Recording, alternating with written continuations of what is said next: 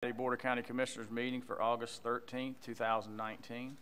We'll begin our meeting this morning by asking Pastor Sean Thomas, pastor of Southside Baptist Church, to come forward to give our invocation, and Commissioner Rawls will lead us in the Pledge of Allegiance. Please stand if you're able. Let us pray. Heavenly Father God, I come to you giving you thanks for this day, God, that you've provided. God, this time together, God, to be busy about your business, God. God, I ask you to bless this county, Lord. God, we've got needs across the board. We've got a lot of people that's in need, God. God, I pray that you give us the wisdom and the knowledge we need, dear God, to do your will. God, I ask you to bless each commissioner, God. God, place upon them the knowledge and the wisdom to lead. God, to know what is your will. God, school's just started. I ask you to touch every teacher, every student, God, to have your hand upon each and every one for protection. God, I ask you to bless. God, the truth is we need you today. So we ask that you lead. God, we'll give you the thanks. We're going to give you the praise, God, for all that you're going to do. God, that you may be honored in all that is said and all that takes place. In Jesus' name I pray. Amen. Amen. Please join me in the pledge. I pledge allegiance to the flag of the United States of America and to the republic for which it stands, one nation, under God, indivisible, with liberty and justice for all.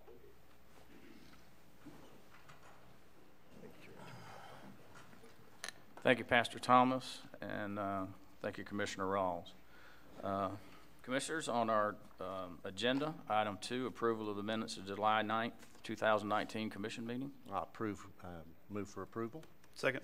Okay, we've got a proper motion by Commissioner Goddard and a proper second by Commissioner Rawls. Any discussion? Okay, seeing none, all in favor indicate by saying aye. Aye. Opposed, same sign. Okay, we have a 9:05 certain, so it's just 9:03, so we'll take a short recess till 9:05. I'd like to reconvene our regular Board of County Commission meeting, and we have a 9:05 certain Port Authority meeting, so we'll recess the regular meeting, and I'll convene the Port Authority meeting. Commissioners, our first matter of business, item A, approval of minutes of July 11th, 2019 regular meeting and the July 9th, 2019 Port Authority regular meeting. So moved. Second. Okay, we got a proper motion approved by Commissioner Rawl, proper second by Commissioner Harvey. Any discussion? Seeing none, all in favor indicate by saying aye. Aye. Opposed, same sign. Okay, now I'd like to open up the public comment portion of this meeting. Any individual wishing to speak on any of the Port Authority items? Okay, seeing none, we'll close this portion. And general discussion, any items to bring forward on the Port Authority? Mr. Chairman. Commissioner Rawls? I was just wondering if we could get an update for the public's interest on the Triangle Park and what we're doing. Matt, do you have anything on that? Are you specifically referencing Project Play? Yeah. Yes, sir. Project Play, we had the first meeting with the evaluation committee. Mrs. Julianne was, she organized that meeting and held that meeting. RFP will be, is being prepared and will be going out relatively soon on that. So RFP's on the street. Is it already on the? Yes. Okay. So your RFP evaluation team, as designated by the board at workshop, has met. They've completed their strategy meeting. The members of the public who are on that team have been informed of their expectations of what it means to serve on the team and how we go about. The RFP is on the street.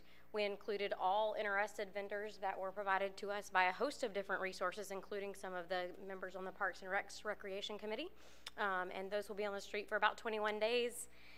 I can follow up with you and tell you the day they closed. I did not have that off the top of my head, but it'll be hopefully the 1st of August, I think, is when those bids will close. Project Play is due September 9th, I'm sorry. So those proposals will be back. We do have a pre-bid meeting coming up in the next week, and then we'll go from there. Can you tell us what I really wanted was just the public to know what's going on. So We've been dealing with this at workshop, but this we've is designed the RFP that's on the street, and the RFP is written in 2 phases. So, and they can be, proposers can submit on one or both of the phases. Phase 1 is obviously revitalization and basically from the ground up, kind of a redo of that playground structure. Phase 2 is exploratory in an effort to see what a splash pad would look like or the impact of it would have on our budget. They can propose on one or either solutions. We are leaving it up to the playground industry experts to propose it. We have put it into their realm to give us the best solution that they see that fits our needs. And then we will evaluate that based on all the criteria that's in the RFP, which has to do with everything to its viability, sustainability, uses of target age groups, its inclusiveness for ADA patrons.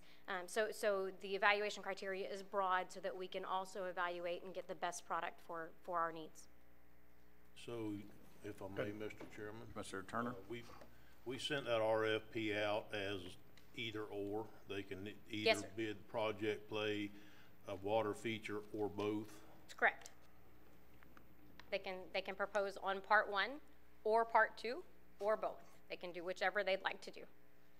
So we did target some companies who only do playgrounds and some companies who only do splash pads, but we want all the options that we can have before us. Okay, thank you. When do you expect the RFPs back?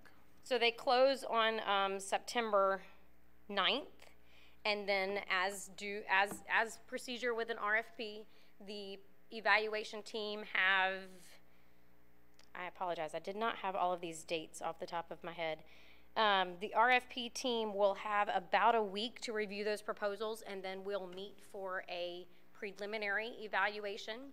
And then we do have a scheduled date that allows us to bring those proposers in and to get some more information or to try to more narrow down the scope of what we're doing, make sure that we're comparing apples to apples, that we don't have somebody with a 100-patron swing and somebody with a 2-patron swing. So, we want the opportunity to kind of say, okay, we love the product you're offering, but really we need to narrow this down for what's really best for Putnam County. And then we have a final evaluation.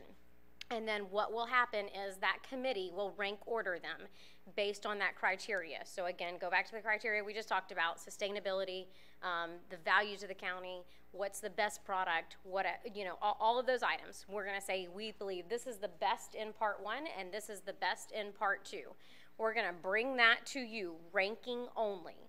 And then we will bring it to you at workshop for you to get a better idea of pieces and parts, basically. Essentially, we're going to end up with some sort of a la carte product that we're going to be able to say at workshop, okay, here's our top ranked firm and here's their components and the price breakdown of the components. Do you want 10 slides or 2 slides? And here's the dollar amount. And then we can better negotiate a contract on budget based on what you're tolerant of. Mr. Turner? Yes, thank you, Mr. Chairman. Does this contract or this RFP that's on the street, does it have a dark time? So basically, You're in the dark time. As soon as it hits the until street. September 9th, the commissioner's not supposed to be talking to any of the vendors. Is that not correct? That's correct. The only person that should have conversation from you to the vendors or even the RFP team to you is through me, because I'm a neutral, non-voting party. So I represent everybody in the process, as I do in all RFPs. So if y'all have questions or the committee has questions or vendors have questions, they all come through me, and then I communicate with the relative party. Okay, thank you. Commissioner Harvey? Thank you. Julianne, when that happens, could you inform us of when we're in that period? I didn't know that we were in that period. I haven't had no conversations, but, okay. But I try not to anyway with Sure. any vendors, but just to make sure we're not, So what I can begin doing is, as soon as we issue a bid or a solicitation of any time, I can send out an email to the 5 of you and let you know that it has been issued. And for all bids or solicitations, that period starts when it issues and closes when action is taken. So when the board takes action on it. And the other thing that excites me about Project Play, and I want the community to know, and the people that are watching us will be watching us on YouTube later on, is this is a partnership with the Noontime Rotary Club. Sure. And it's been kind of exciting to watch what's happening in our parks and recreation system with these clubs who want to partner, or companies that want to partner with us and make our money go further. So this isn't just a Putnam County effort. This is a Noontime Rotary effort to bring upgrades to the park that are badly needed, and basically starting over from scratch. And it's exciting to see that. So encourage any companies out there that want to partner with us. Yes, so if anybody else wants to volunteer some money, they also can reach out to me, and we'll add their little pot to the pot and decide who wants to sponsor what, or you know, make sure everybody gets to sponsor what they want to. That's right. Thank you, Mr. Chairman. Okay. Any other questions? Good. Okay. Thank you, Julianne. Sure. Okay. Any other business come before the Port Authority? Okay. Seeing none, we'll adjourn the Port Authority meeting and reconvene the regular Board of County Commission meeting. And we'll move down to presentations. Item A, Mr. Victor Cora with the United States Census Bureau. And also with him today is Jennifer Pyle. So,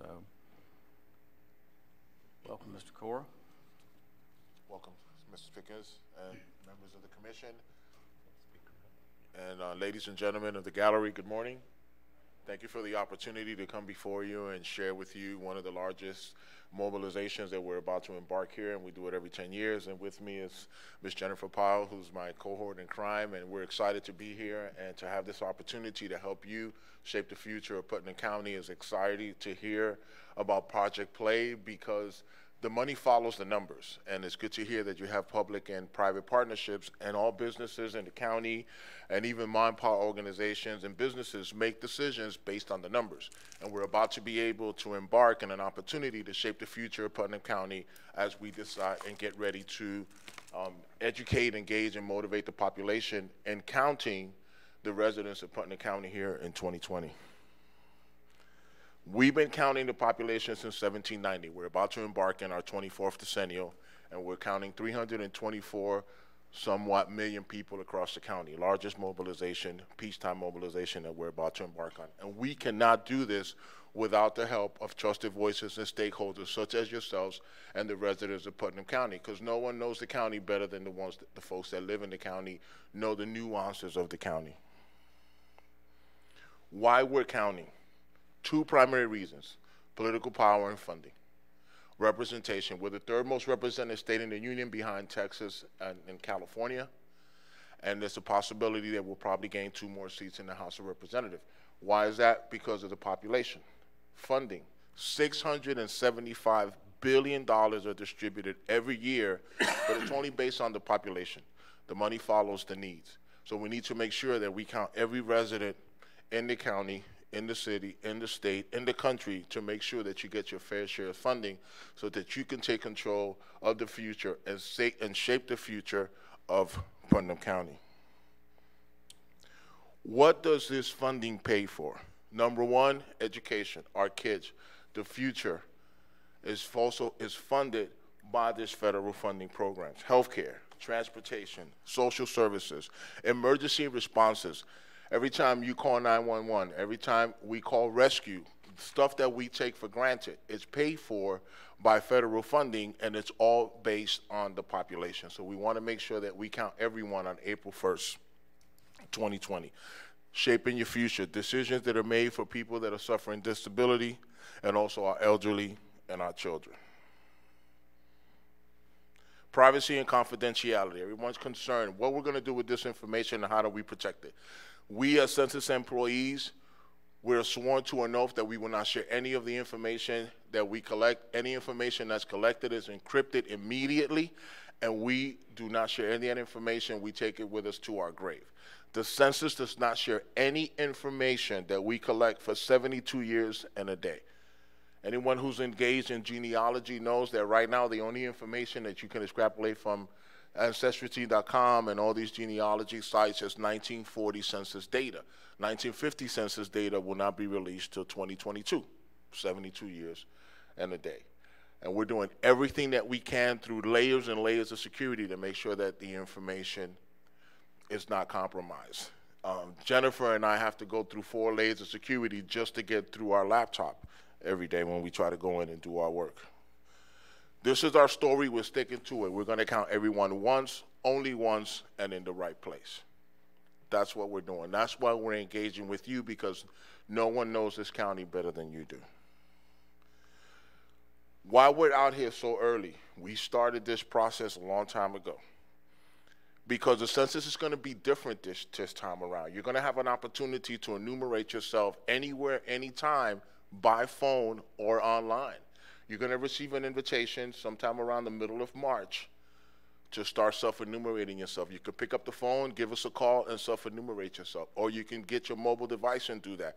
Or go to the local library or a faith-based organization, our local businesses who may help us by recycling their technology, and we can go there and self-enumerate yourself. So you're going to have an opportunity. You're not going to get a form the first time around. You're going to get a letter inviting you to your address so that you can self-enumerate yourself. That's why we're in this educational phase right now all across the country, letting the population know that the census is going to be taken a little bit differently. Why we're doing that? In the sense to save money, our taxpayer dollars, and get more people to self-enumerate themselves so that we can get a true characteristics of our country so that the funding comes down the pipeline properly and correctly for all the programs.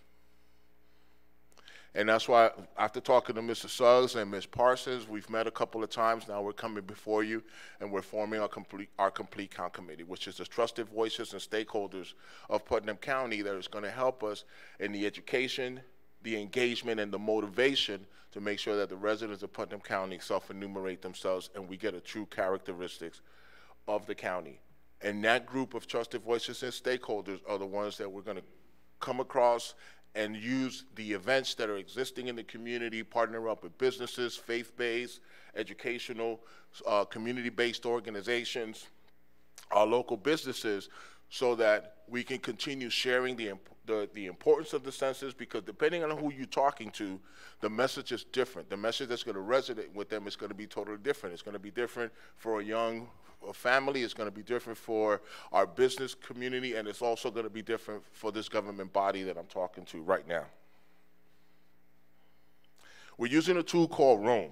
ROAM is Response Outreach Area Mapper, and it's going to allow us to dial in exactly where in the county we're going to go for those areas that we predict are going to be a little bit difficult to enumerate. So it's going to give us a snapshot as to what part of the county, which is the northwest side of the county or the southeast side of the county, depending on the characteristics of that tract, it's going to let us know what kind of message we want to take to that particular area based on who lives there, the income, whether it's young folks, older folks, high renters, or who's there. We're going to be able to come up with a crafted message specifically to dial into that county. I took a quick snapshot of the county, and those dark shaded areas that you see, the darker the shade, the higher the number of households we predict that will not respond to the census, and we may have to go in there and partner up with local churches, the libraries in the area, the businesses in the area to help us get the message to the folks. This is Putnam County by the numbers. In 2010, the census predicted you had about 74,365 people in the county. The estimate in 2018 is that we have about 164,000 people in the county. And the low response to tract, well, we figure there's a low response score of about 20% or more. It's about 6 tracts in the county. So that gives us an idea of where we're going to descend and come up with a crafty message with the help of the Complete Count Committee. These are the areas and the population that we believe the census are a little bit difficult to enumerate. Children under 5, our veterans, our people with disabilities, people experiencing homelessness, people living in rural areas, low income and underserved, senior citizens, migrant farm workers, foreign-born, people with limited English proficiency, and renters. Now, we know that there is a sampling of this population living across our county and living across our country. This gives us an idea of to who are the residents of the county that we want to make sure that this message resonates with the most. Children under 5 are one of our biggest areas. if we miss, and we undercounted over 1 million children under 5 in the 2010 census. That gave us a ripple effect, because that undercount follows these children through high school. Overcrowded classrooms, no money for brick and mortar buildings. It affects all kinds of different programs with Chill Sweet Now. So there's going to be a very intensive messaging for the children to make sure that we don't miss our children. And why do we miss our children? Because they're probably living with grandparents. They're living in split family homes. They may be in foster care, and maybe that foster parent doesn't think that they have to count that child. They may just be living with a cousin or a distant relative, and that distant relative doesn't think that they need to count that child. If a child is in your household, on the 1st of April, we need to count them so we make sure that the programs and the funding comes appropriately for those children.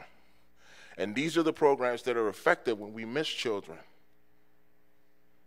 Healthcare, Medicare, special education, Head Start, foster care support, nutrition, supplementary nutrition assistant, and housing assistant. These are all programs when you talk to parents and they're telling you, well, I can't get my kid into Head Start, or I can't get into special nutrition programs, or I was overlooked for insurance, or I'm on a waiting list for this. All they have to do is just fill out the census. The more we get them to fill out the census, we're not going to get these issues with our families coming up. And the next step is we've been talking to Ms. Parsons. We're getting ready to do our complete count committee workshop and get an activity plan going. And Mr. Suggs, and last time we spoke, we talked about a big census day here in the county as we get closer to the census, that first week in April.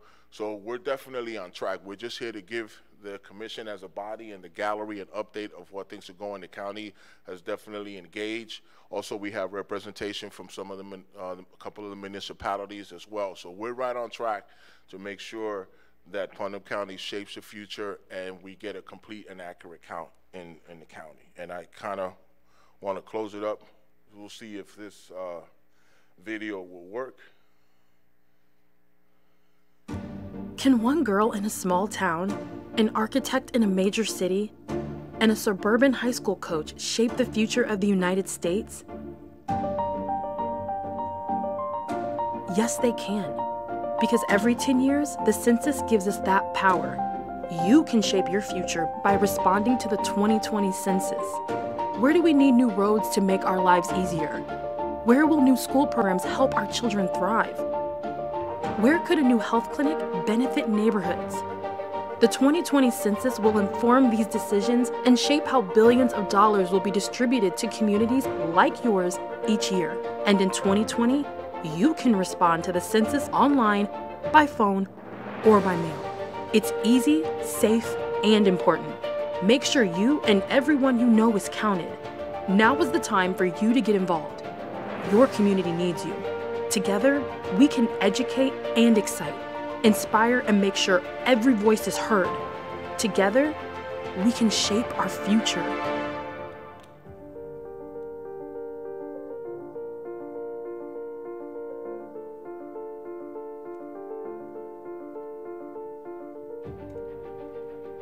And in closing, ladies and gentlemen, we're bringing jobs to the community. We're paying $12 to $19 an hour for enumerators plus 58 cents a mile.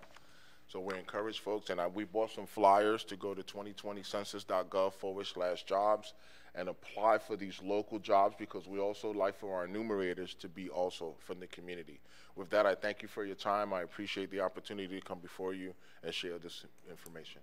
Yes, Okay. sir. Thank you, Victor. Questions? Commissioner Harvey? Thank you, Mr. Chairman. Mr. Cora, thank you for coming today, and I appreciate it, and thank you for coming also, Ms. Plow. You got 2 areas in the county that you've already designated as target areas that you need to focus in on. How can we, the board, help you focus in on those better? The best thing is to get trusted voices from those particular areas that can help us engage that particular segment of the county. So that could be faith-based leaders, that could be the local library, the local businesses, because those are the folks the people that live in that particular tract will engage with a lot. Because if Jennifer and I go there, they don't know us. Right. But that's one area. And also, if there are any events or activities that are going on in that particular tract, and once we determine who lives there, then we can determine what kind of messaging we can deliver to that particular tract. But thank you for that question. Good question, Mr. Hart. Any other questions? Commissioner Rawls? So in regarding the faith-based leaders and civic groups and stuff like that, would there be training available if we were, are you going to have a local presence, like an office in Putnam County? Our closest office to Putnam is probably going to be in Jacksonville. That's the local census office. But Jennifer and I are going to be your direct liaison. We have a digital forest of information to share with Ms. Parsons and the Complete Count Committee, and also to help craft up whatever messaging we need to a specific group. So we have all kinds of information that has already been authorized by the Census Bureau, but then it's also good to add the local Putnam County flavor depending on who the group is that we're trying to target. So yes, there is a bunch of information available. We just want to add a little bit of the local county flair to it and then deliver the message. But there's social media hashtags available. There's social media tags that can be added to websites. We have already a list of 50 ways that census data is used that can be put on a website and kind of rotated with a countdown clock. There is information, more information on how the census affects our children and why it's important to count our kids, our elderly, our high school kids, so there's a feather of information on why the census is important. What's really important here, Commissioner Ross, is who we're delivering this message to and why is it important to them. It's 10 questions that we're going to get. Starting in January, we're going to count the people experiencing homelessness. In February, we're going to count group quarters, which are correctional institutions, universities, hospitals, and senior citizen centers. And then in March, you're going to start receiving your invitation to participate. So if I'm a single parent, why should I fill out the census? That's why we need to answer that question. If I'm a business owner, why should I fill out the census? So depending on who we're talking to is how we're going to be answering those questions to those folks. But yes, we do have a bunch of information, and we will go anywhere, anyone who's willing to listen. A set of ears, 2,000 set of ears. We're here to do that through the end of this campaign because we only have one chance to do it every 10 years to reset these numbers. So if we had a speaking opportunity for y'all wouldn't have a problem coming down and. You have a speaking opportunity for us. We don't have a problem coming down. And also, anyone in this gallery, in this body that wants to, share the information, because there's some things, you can also become an advocate for the census, and if you want to come and talk on behalf of the census, that would be great as well. We have university presidents, we have local leaders in the community that become part of our speakers bureau as well, because they are the trusted voices and stakeholders of those communities.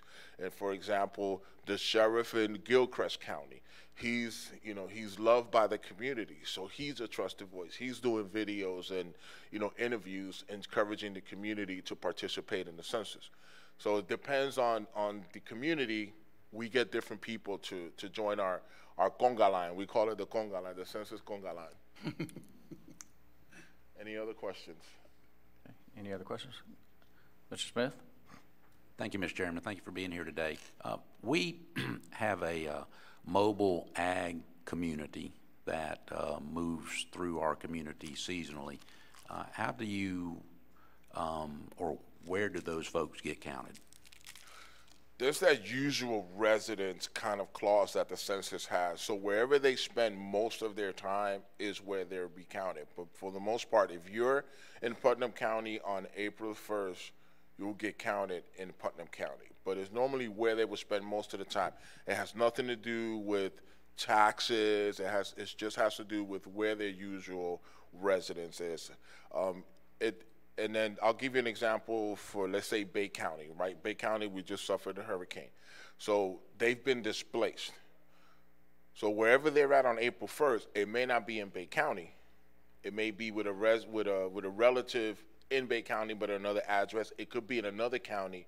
They have to be counted wherever they're at, because it may pop a flag, and they may have to send an enumerator out, because we know that Bay County was devastated. So wherever you're at on the 1st of April is where we're going to count you. And your correctional institutions are group quarters, so they'll be counted through an administrative count in February. Okay. All right. Any other questions? Okay. Thank you very much. I thank you very much for your time. Have a wonderful day. Thanks for the information. Yeah, thank you for the information. Okay. Take my jump drive. I'm just taking my jump drive out.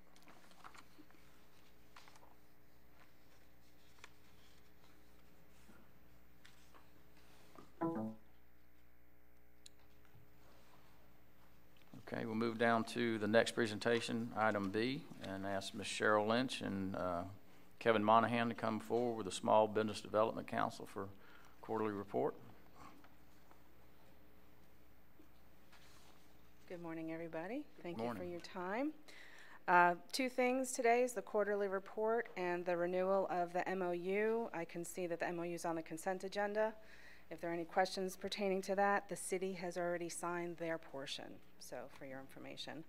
And I'd be happy to answer any questions you may have. Any questions of Cheryl? Okay, Commissioner Rawls? I'm still struggling with trying to figure out how many businesses we have in Putnam County, and I know you guys don't do that, but do you have an opinion about the importance of business licensing? Sometimes it is critical, depending upon the type of business, that they're able to prove that they are in business in the locale in which they're located. If they wanted to do business in St. Augustine, they would have to show that they have a license in Putnam County where their home address is in order to get an affiliated license to do business there. So it can be a detriment if there is no business license available for folks outside of the city and just located in the county territory. So it can cause issues. We quit doing that some time back, apparently, and it just seems to me, and I've never thought of that part of it, to be honest with you, but you know, being licensed in the city of Plaque, I've never come across that because we have a city license, but I can imagine if we were in the county, you're right, we get that request a lot from vendors that we set up. Right, especially if they don't need a state license of any sort. Yep. For you, it may be a different scenario because you're a general contractor, you have a state license, so that would supersede any other license. But for those types of businesses, either e-commerce or retail or mobile, like landscaping, painting, things like that, that wouldn't need certain state licenses, it can be a factor, and then being able to get licenses in other territories as well. Or for informational purposes too. Sometimes the banks are like, well, where's your business license? Right. And then we have to go through the process, and usually I'll get on the phone with the bank and say, look, the county doesn't, only the city, that's not required. Oh, okay. So it's an educational process. Yeah, something we should look at putting on the agenda one day in the near future to discuss re-implementing and bringing that Mr. Chairman. revenue Okay. back in. All right, Commissioner Harvey? Thank you, Mr. Chairman.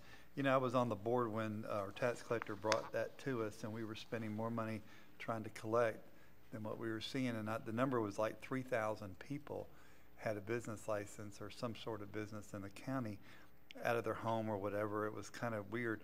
But I've yet to hear, since we've done that, of any problems of contractors not being able to get licensed in other counties, or any problems with their business plan being presented to a local banking facility. So do you have any real hard evidence of that? Because, I mean, I don't want to have that. It's just an education process. Usually my clients will call me and say, what do I do? And I say, well, just let them know this, or I would be happy to talk to whoever it is that they're talking to. So because we have folks in the local counties, we've got a single office in Clay County, St. Augustine, Nassau, and obviously we're based out of Duval, we can communicate that way as well. So it's not a matter of us tracking it to have hard evidence to say, oh, it's detrimental to this business or that business for whatever reason. But it's just an extra couple of steps that a business has to take in order to circumvent not having a county business tax receipt. Well, we did that. We did that to help lessen the burden on the people. I don't want to go back to recreating a problem if it doesn't exist. Sometimes we have unintended consequences, but in this case, I've heard no downside to that, other than we don't know where all of our businesses are located. That's one thing. But other than that, I have heard nothing else. So I don't want to create a problem just to try to solve a problem when there isn't a problem there. Commissioner, what usually happens is it's a case of an inexperienced banker that doesn't know that there's an unincorporated section of the county, and is merely going down the checklist for the loan. Same thing in let's say, St. John's. It might be a new clerk that doesn't understand that the business is in fact in Putnam County, but they do not have to have a business license in that part of the county. So that's really what we run into. It's nothing hardcore. And the other problem was that it was giving the consumer a false sense of security that they had people were saying, well, we're licensed, and what does that mean? You paid your check. That's all that means. You're not in good standing with anybody. No, that's right. So in fact, that's why most counties now call it a business tax receipt and not a business license, because it implies something that's not really there. Thank you, Mr. Chairman. Yeah, before I go to Commissioner Turner, that's what I was thinking, is this was a business tax receipt, and people were mistaking them for a business license, thinking somebody was licensed. So, so that's one of the reasons we took it off. Commissioner Turner? That's basically what I wanted to point out, Mr. Chairman. This hasn't been called an occupational license in quite a number of years.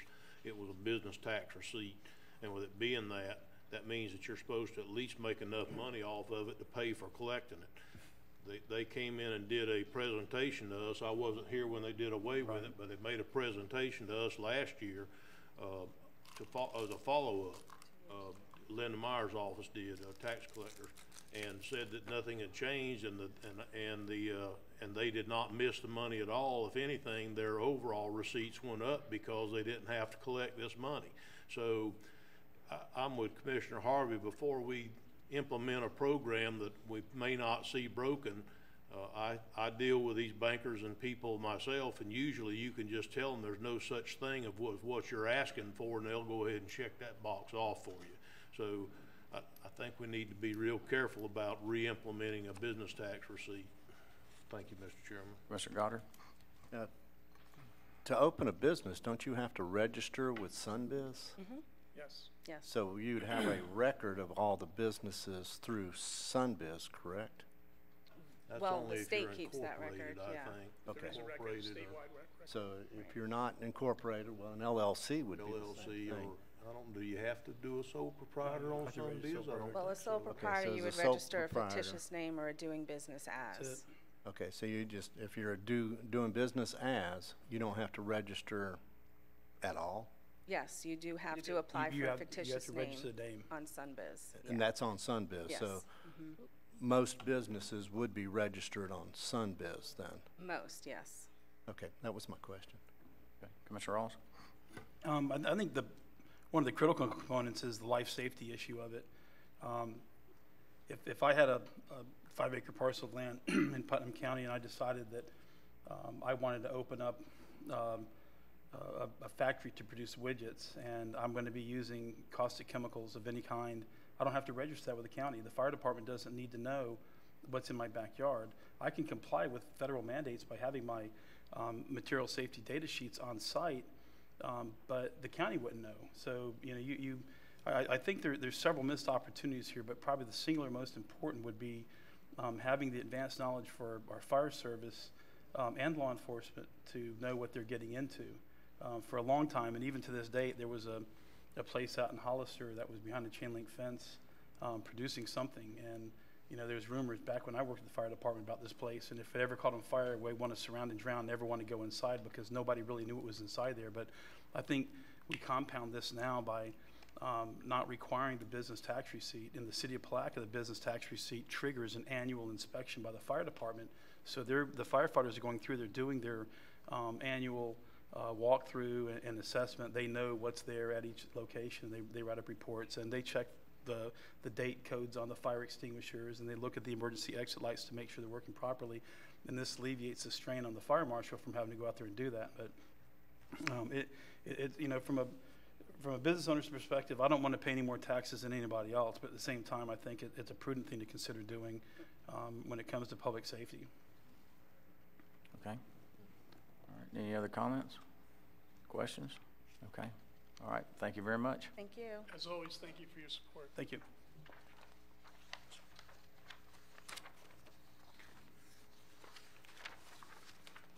Okay, we'll move down to item C. Is Mr. Calvin Martin here? Circuit 7 Community Alliance. Welcome.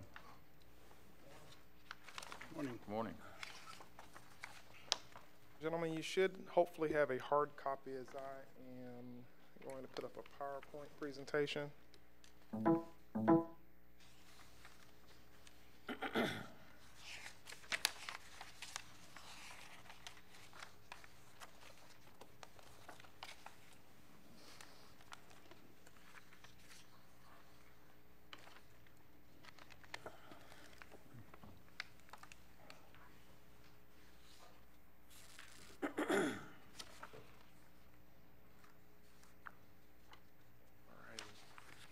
Thank you for having me this morning. My name is Calvin Martin. I am with the Guardian Ad Litem program, and I'm also your representative for the Circuit 7 Community Alliance. There are two reasons why I wanted to come before you today. One is to give an update to the child welfare system within Putnam County, and the second thing is to also speak with you all about getting a new representative to appoint to the Circuit 7 Alliance, as I have been your representative now for the past 13 years. And I've been on the Alliance for 15 of those 13 years. I've chaired the Alliance for 8 years. And I've just found it was time to, as I did for others who stepped aside for me, now my time to step aside for someone to bring in new ideas and also to further evolve the Alliance. So I feel that this is a very important initiative, which is why I wanted to continue to just provide you this update and to also stress to you the importance of continued Putnam County government representation on the Alliance. So with that said, I'm going to give you just a brief overview of what the current status of child welfare is in our community, and then we'll talk about representation moving forward. One thing about the Alliance is it is a state mandate with the statute of 20.196A, and this initiative really gives us our authority to act on behalf of the communities that we represent. Really, the Alliance is a group that operationally oversees child welfare. That's why it was kind of birthed by the legislature, but really it oversees a multitude of different services, anything that impacts child services within a given community, whether it's in the educational system, DJJ, in the health-related system, but everything usually flows through the foster care system, which is really the apex of the issue that we kind of focus on because of the number of challenges that children have within foster care. Really, the Alliance is also the entity that kind of oversees the community-based care initiative, and that's the community-based care is really the group that kind of oversees foster care within a given system. The lead agency that oversees here is Children's Partnership for Children is actually situated in Daytona Beach. Their main organization is housed in Volusia County, but they do have an office here that oversees the local community. So I'll talk a little bit more about that in a few minutes. The other thing is that the Alliance, we're the group that kind of, I hate to use the word watchdog over the child welfare system, but in essence, that's what we are. It's a broad base of individuals that represent a multitude of different organizations, and how we do that is primarily is through data that's brought to us, where we conduct an analysis to make a determination what type of service array is occurring within the local child welfare system, and how do we go about initiating any change regarding that. Now, this circuit is a circuit full of 4 counties, and it's very imperative that Putnam County continues to have a voice in order to ensure that children within our community remain represented. Putnam County once belonged to District 3 many years ago, which was overseen, which was connected to the Gainesville area.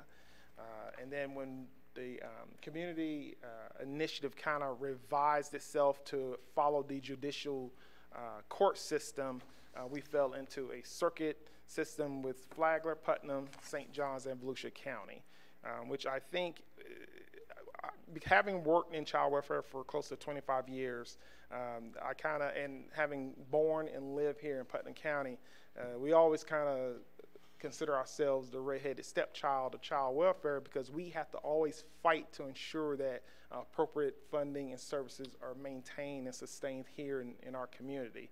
And so this is one of the things that I am very passionate about, especially as your representative sitting on this important body. The Alliance is made up of pretty much 30 members. And so these members are representative just not just state and county organizations, which Putnam County is one of them. It's also law enforcement is part of this, the court system, the state health department, education, school system, and then there are at-large community representatives. I am not the only representative from Putnam County, but I'm probably the longest serving member from Putnam County, and there are only about maybe 3 of us that actually help to maintain oversight to ensure that Putnam County receives the resources that it definitely should be receiving. I kind of wanted to just give you a real quick snapshot of the actual children in care right now. Historically, we normally have about 300 children in care at the same time. And when I say historically, I'm probably going back 30 years on average. And so there are times where we have more in care, and then there are times we have less. It really depends on that pendulum swing in child welfare, whether the department is overly removing children or the department has pulled back the removal of children. So right now, over the past year, we've had about 135 children removed coming from the community into the child welfare system. The majority of those kids are our youngest children, our babies, going up until age 5. The biggest challenge with our children that are older than that, and particularly our youth, is that youth that come in the system, it creates a harder challenge to place them. And then the other challenge is we are unable to keep a number of our kids being placed outside of our community. So not only do we remove our kids, then sadly they're sometimes placed outside of Putnam County into other areas. As you can see here, this is just a quick representation of where the majority of our kids that are pulled into the system come from. Obviously, Palatka being the biggest area within our county, obviously have the most children that are coming to the system. The surprising part is Interlochen. Interlochen being a smaller community, but yet it's the second largest area where our children are coming from. That is troubling. Sadly, that's also been historical. There are a number of reasons why that is, that we've in the system have been really looking at that and trying to proactively tackle that issue, but it's something that we're still dealing with. Now, this is 2015 data, this particular what this graph is particularly based off of, but this is really how it's been trending over the past couple of decades. This is just a quick snapshot of where we're at right now. There are currently, as a last count, a couple of months ago, there are 284 children within the dependency system. And I chose 2008 for a reason. I wanted to give you like an idea, a comparison to 10 years ago, just to kind of verify the historical factor. And it's also right around the time, only a few years removed, when I was appointed as your representative. Out-of-home care, 89% of our children are in out-of-home care, which means essentially they're removed from their parents. They either go to relatives or they go to someone, a family friend, neighbors, but they minimally stay within the community. As you can see, the majority of our kids that are in out-of-home care, we have 53% of those kids, it was the same way in 2008 that was in out-of-home care. Why that jump in more children not staying with their parents? It's probably, I'm not sure if it's a byproduct of what's naturally happening in the system or not, but that's something else that we currently analyze on an annual basis to see if we can alleviate that.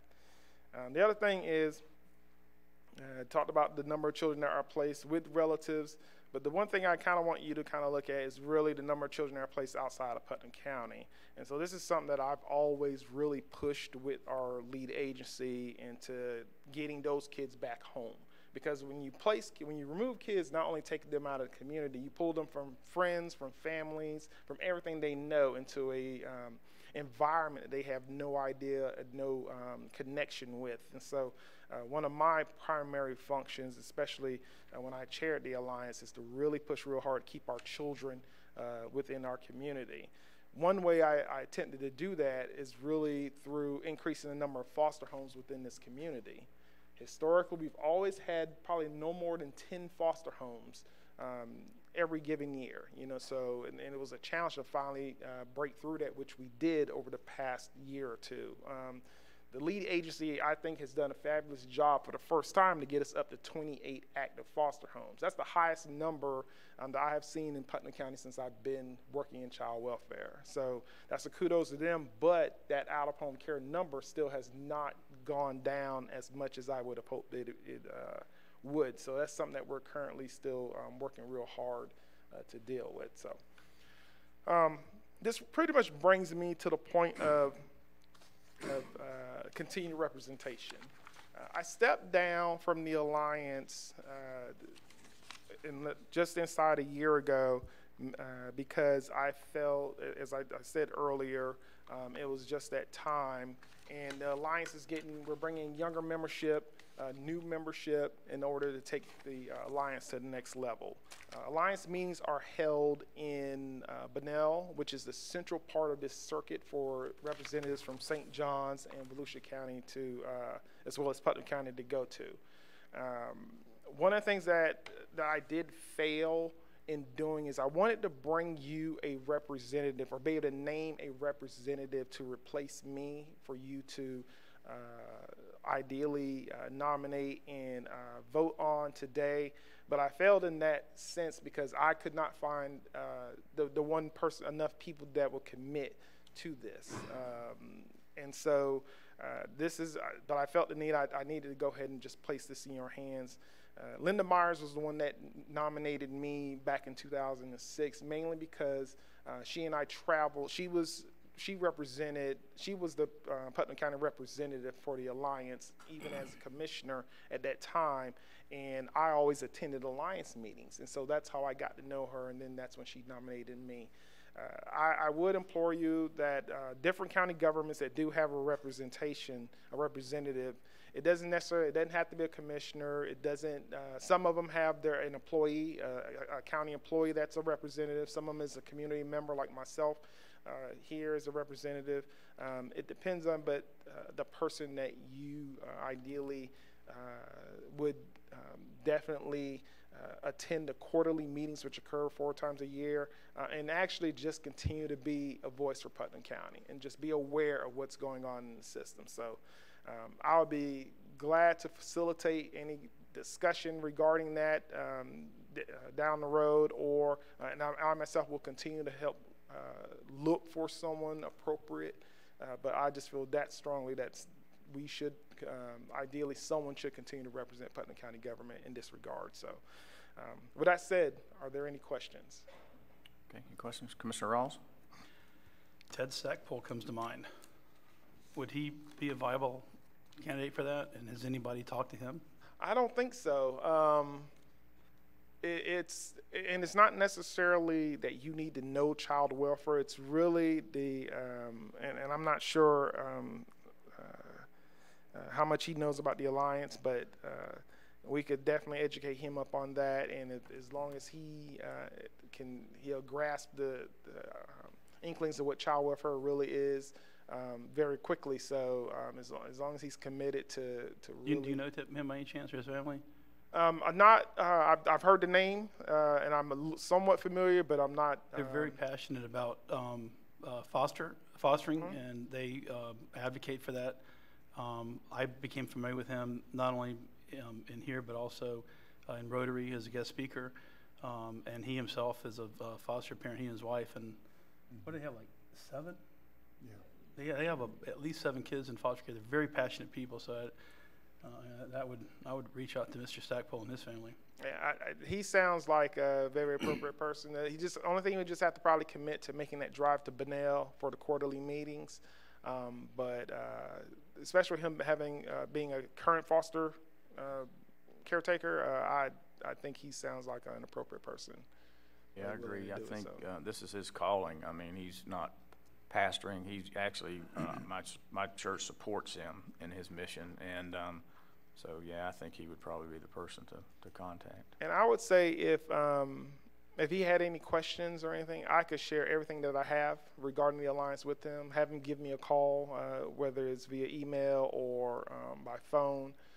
I would be glad to share everything I need to share with him in order to prepare him to participate in the Alliance meeting. So, and I can connect him to the current chair of the Alliance. Okay, Commissioner. Will the administration do that? Yeah, that's what I was going to ask, Commissioner Turner. Yeah, I just need to ask some directions here. So basically, you've already stepped down. Thank you for your service, and you're coming to us today to let us help find an appointment that will be made by the commission to that seat. Is that what you're saying? Correct.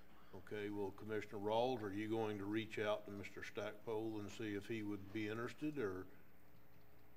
I'd rather staff to. I don't know him personally. I've just met him in here and at civic groups. But if somebody has his contact information, I'll do it. You know him Absolutely. personally? I know him personally. Would you mind reaching out to him on behalf of the commission to see if he would have interest? I'd be glad to. Is that all right with the other commissioners if Commissioner Harvey reaches out to him? Okay, and then it's just the requirement is quarterly meetings, or any other requirements other than? Not unless he becomes the chair, but no, the quarterly meetings would be the only requirement. Moving him along a little too fast right now, so. I have to worry about that for at least 2 years. Okay. Commissioner Pickett. Yeah, Commissioner Harvey? Thank you, Mr. Chairman. I have a question for you. You mentioned West Putnam, and that alarmed you, the Interlaken area. The town of Interlaken is a very small part of Interlaken, and if you take in Interlaken,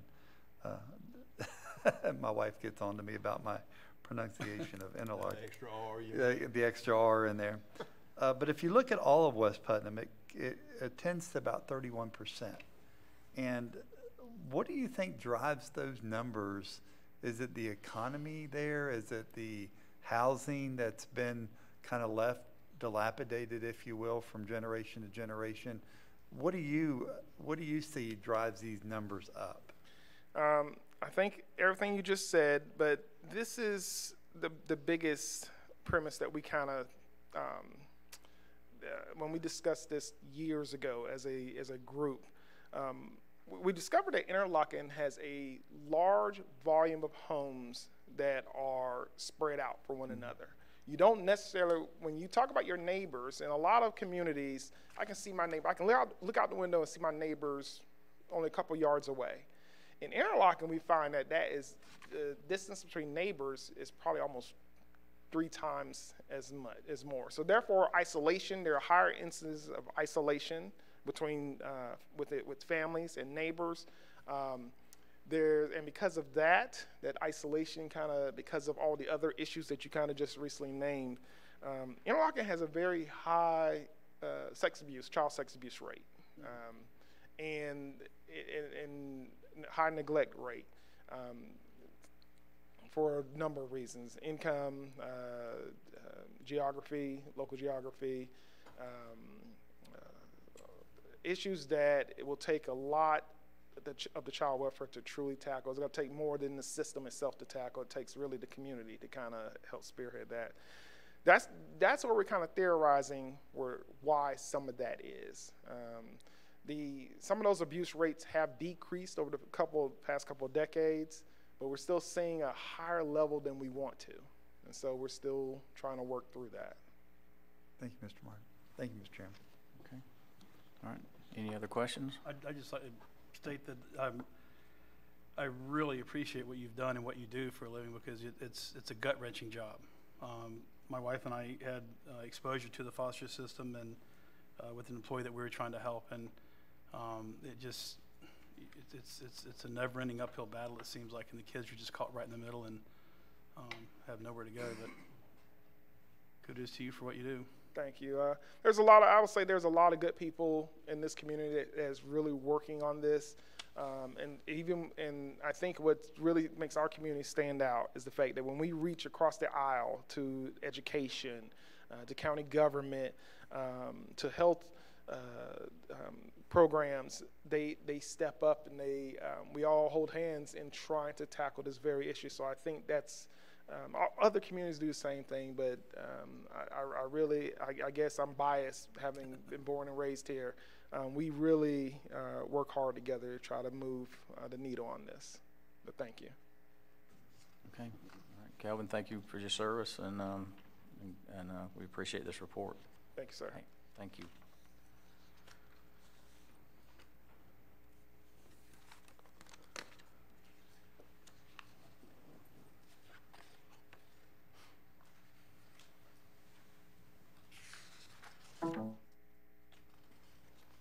Okay, we'll move down to item 5, public comment. This portion of the agenda is designed to allow citizens an opportunity to bring matters to the attention of the board. It is not reasonable to expect that the board will engage or debate in deliberation about matters in which the board had received no prior information as part of the agenda. Please limit your comments to 3 minutes. Public comment cards are available at the entrance and the exit of the building. We appreciate if you fill those out and give them to Sarah Oliver, or clerk of the board, over to your right, to my left. And our first speaker is Mr. Douglas Hayes. Please come forward and state your name and address and speak clearly in the microphone. Good morning. My name's Douglas Hayes, candidate for county commissioner. I live at 216 Hilltop Road, Satsuma. Kind of here to reiterate some things that I presented to you in the past in regards to animal control, along with a new discovery that perhaps some of your viewers might take interest. There's an outfit, it's referred to as Woof Tracks, WOOFTRAX.org. It's a program where you walk your dog, you sign up for an app, and you get accounted for the miles, and then the community, they tally the number of miles, and they donate money to your animal shelter. I thought that'd be an ideal program that our children can get involved with, and our community. And they have funding sources of their own, so it's not like they're reaching out to us for money. I have mentioned it to Ms. Suarez, and last I knew, she's looking to see what it takes to be a recipient. But the next thing, once she's developed to where we are a recipient for those funds, is to advertise, get with the school, get with the newspaper, announce it, get public interest. I think it's good for seeing how we have a health thing, and you get accountability for walking your dog, which is a good thing, and children, it's just a win-win-win. With that in mind, we have, we'd be accepting donations, and the rumor has been that you don't want to donate money to animal control because it simply goes to general fund. I'd like to let the public know from my investigation that it does go to the general fund, but there's an account that's assigned to that. But I'd like to offer an idea for transparency, along with the fact that traditionally the Animal Control Services has bounced under the guidance of either the Sheriff's Office or the Building and Planning, is to go ahead and develop a Animal Services and Rescue Department. You don't necessarily have to have a director of that department because, as an example, we have a health department with a blank slate.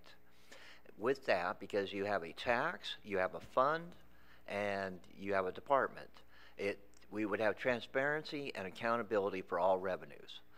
The other thing is I'd like to present, because I'm narrow with time, is that I have mentioned to you in regards to animal licensing, that when you get your dog tag for rabies, that is not a license. And so therefore, even myself, I'm guilty of it, is that the license is a separate fee. And so when you go to a brick and mortar veterinary clinic to get your rabies shot, the reason it's a little more pricey is because your license is also included. The mobile clinics are not providing the licensing.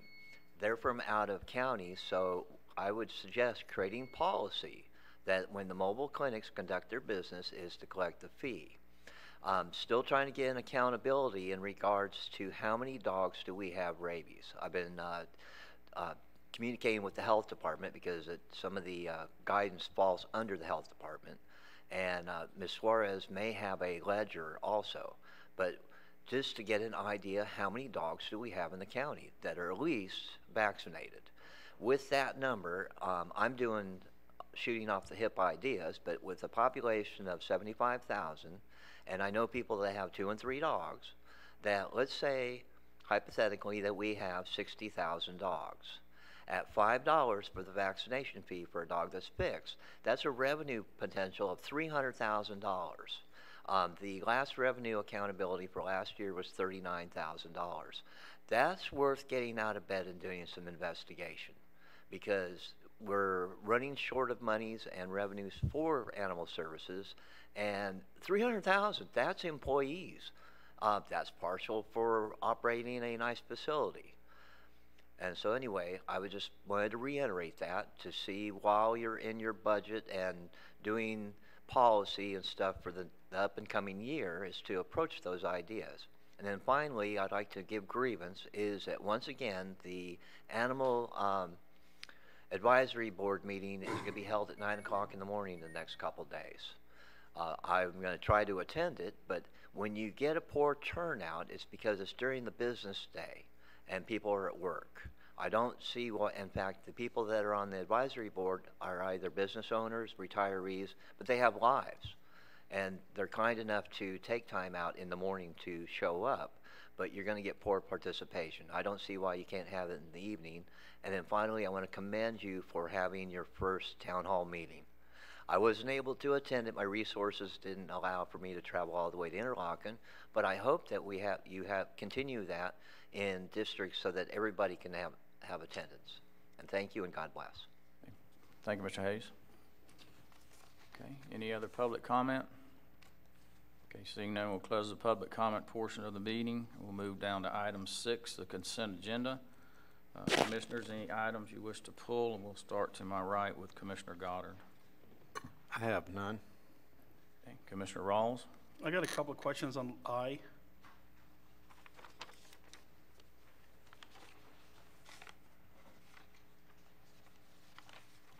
Okay, Commissioner Harvey. I have none, sir.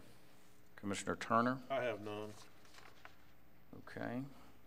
Could I get a motion to approve the consent agenda? Mr. Chairman, I move that we approve the consent agenda except for item I. Second. Okay, we've got a proper motion by Commissioner Turner, a proper second by Commissioner Harvey. Any further discussion? Okay, seeing none, all in favor indicate by saying aye. Aye. Opposed, same sign.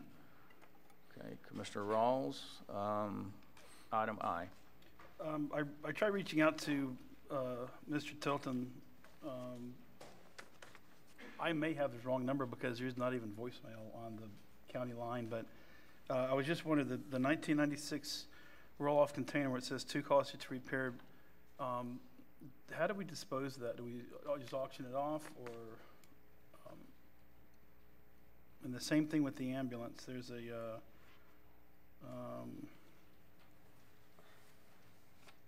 Ms. Julianne. where's that? I know the answer. Morning. I know this answer. Yeah. You do. Yeah.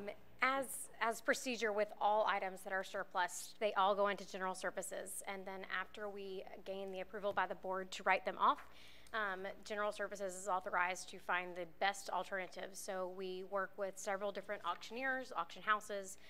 We work with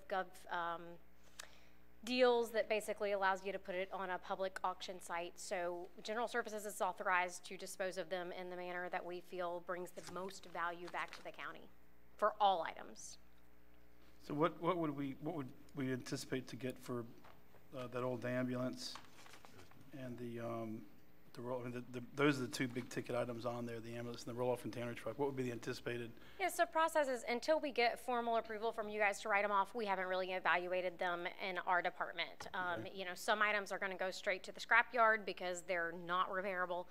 Some items we can work with different agencies to even, you know, we've worked with Pride before to say, hey, do you want to buy this from us, and y'all can refurbish it and take it away. So once we get the formal approval from you guys, then we go through that process.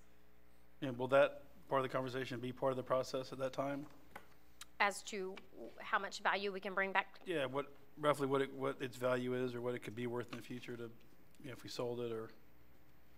Does it come back to the board is what you're asking me? Mm-hmm. No, sir, general services. I mean, you're saying when you bring it to the board to get approval to That's rid of this it. process that you have before you. Once we get the approval to write it off, General Services is authorized to go ahead and try to dispose of it and to bring the most value back to the county. Okay. I just, for tracking purposes on those two vehicles, because they're higher ticket items, if you could let me know what the disposition And that was, and would you help me identify those two that you're interested in again? There's an M2 chassis and ambulance. Okay. And the 1990 640-yard roll-off container. Not a problem. And I'm assuming that's the one with the twisted chassis. There was one that we had that was twisted and couldn't be repaired. Just a container, not The ambulance, or are you talking about the roll-off container? Roll-off container truck. Chairman. Commissioner Turner? It's just the dump. It's just the roll-off container itself, sir. Oh. It's just a box. I was speaking to say, this commissioner okay. doesn't need to see how much you're gonna get for a damn wore-out trash container.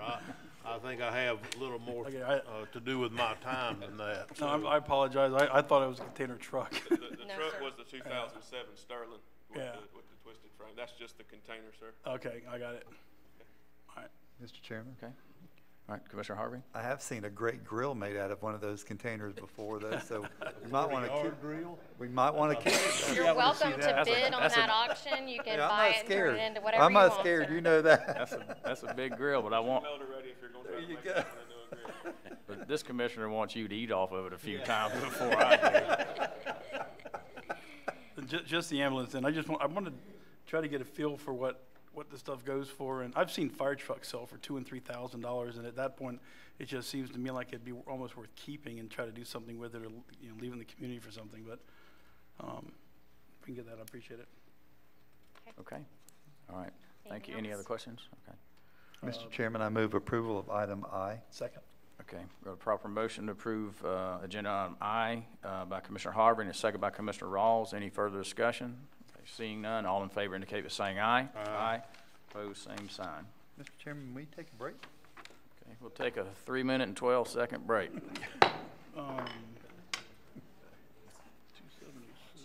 Chairman, it was his fault because he's over there. I got to take a break. Larry? What? I love my words. No, you're sick. You need help.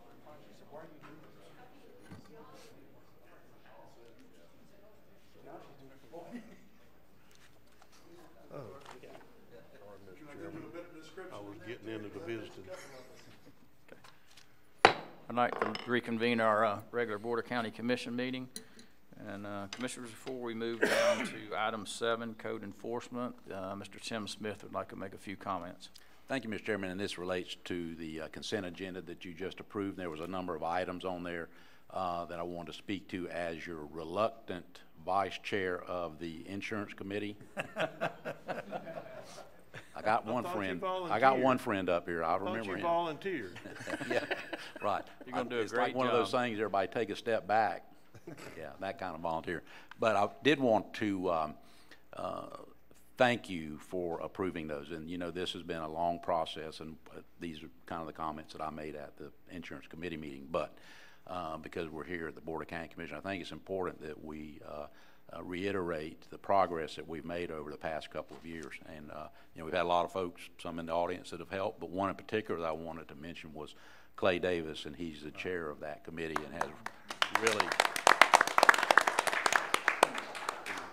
really worked hard to help educate all of us on that. And I was speaking with Brenda earlier, and I said, I didn't know that health insurance was so complicated. I just always had health insurance. It's kind of like car insurance. You just buy a policy and you move on, but it's not that way. But because of the actions of that committee's recommendations to the board and your acceptance of those, to have a self-insured insurance program moving forward, this now begins to give us an opportunity to do better work for our employees, to offer them more options for better health, to provide more education, which in turn gives us healthier employees, which means we do better work for the public. So it all works hand in hand. And so you five are to be commended for encouraging that discussion and that view, and to accept these items today on the consent agenda. And I want to thank you, but also wanted to thank Clay because he really he is a great chair, and I know he'll be there for many years to come. You hope he'll be there for many years. Thank you, Mr. Chairman. Thank you, Mr. Smith. And Clay, thank you. I'm sure I can speak for staff and all of the county commissioners for your hard work, and all the members of the insurance committee, especially the subcommittee. And it's been a long road, but looks like we're headed in the right direction. So thank you so much. Mr. Chairman? Okay. Commissioner Harvey? You know, that was going to be on my comments too, Mr. Smith. And we go back a few years back when Mr. Davis, we started this process, and we just weren't ready. Ms. Papel made it very clear that we were not ready for the reserves, but through the hard work of our staff and the county commissioners raising our reserves up, now we're able to do that. And it's exciting. We all fuss about government going slow, but in this situation, I think it was probably the best way to go. And we slowed that train down, and we regrouped and punted, and we started over. And Mr. Davis, again, thank you for leading that charge, because I'm sure at many times you probably wanted to go, look, I'm just volunteering. I can go back to work. But it's important for, like Mr. Smith said, for our employees who in a few years, hopefully we can keep the rates steady, and maybe in a couple of years we can start seeing those rates reduced. And that's what we're all looking forward to. So the future is bright. And again, thank you very much. Thank you, Mr. Chairman, for allowing me to make those remarks. Okay, thank you. Any other comments? Commissioner Rawls? I was going to do this on the Commissioner comment section too. Mr. Harvey stole a lot of my thunder, but I think it's really important to reiterate or iterate to the public that this will be a cost savings to the public. It will also be a cost savings to the employees. Immediately this year, they're not going to see an increase in their insurance premiums like they normally would. And going forward, if we have year over year of no insurance premium increases, that's realized savings as well. I think eventually we get to the point where we might be able to reduce the cost to the employees, which would be huge. But also, this is a cost savings to the public. So I think this commission, before I got in it, did 90% of the legwork and did a great job. So kudos to y'all. Okay. Thank you, Commissioner Hall. Any other comments? Okay, we'll move down to item 7, code enforcement. Mr. Charlie Erkman. Well, he's walking up here seeing how the clerk's already spoke. Does that mean we can scratch off item 8?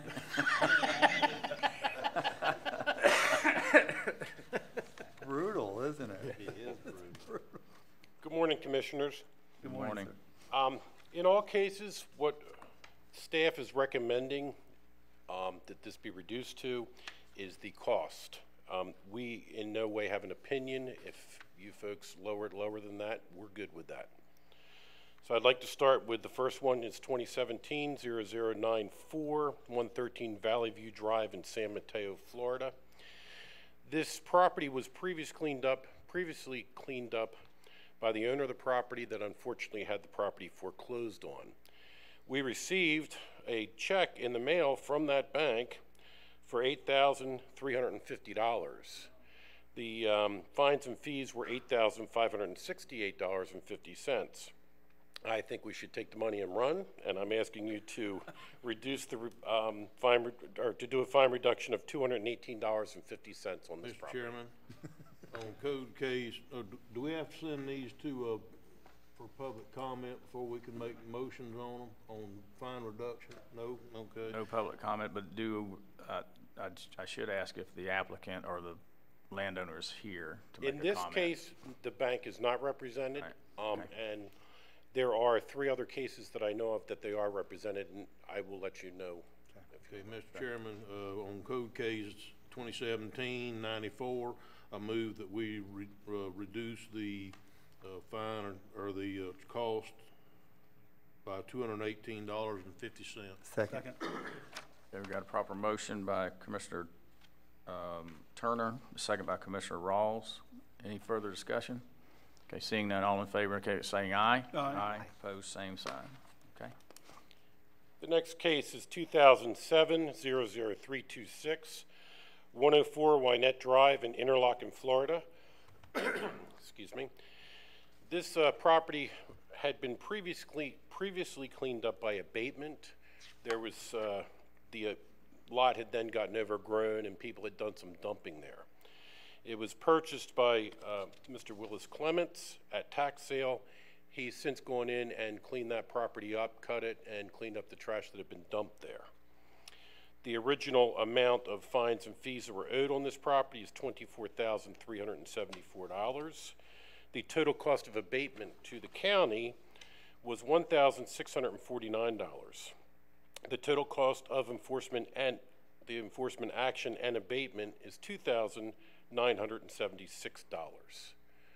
I'm going to ask Mr. Clements if it's okay for him to come up. He wanted to speak to you about this. Okay, Mr. Clements.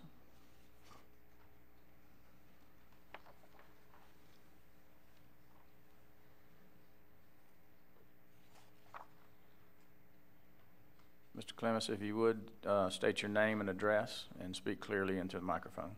Good morning. Good morning. Good morning. Willis Clements.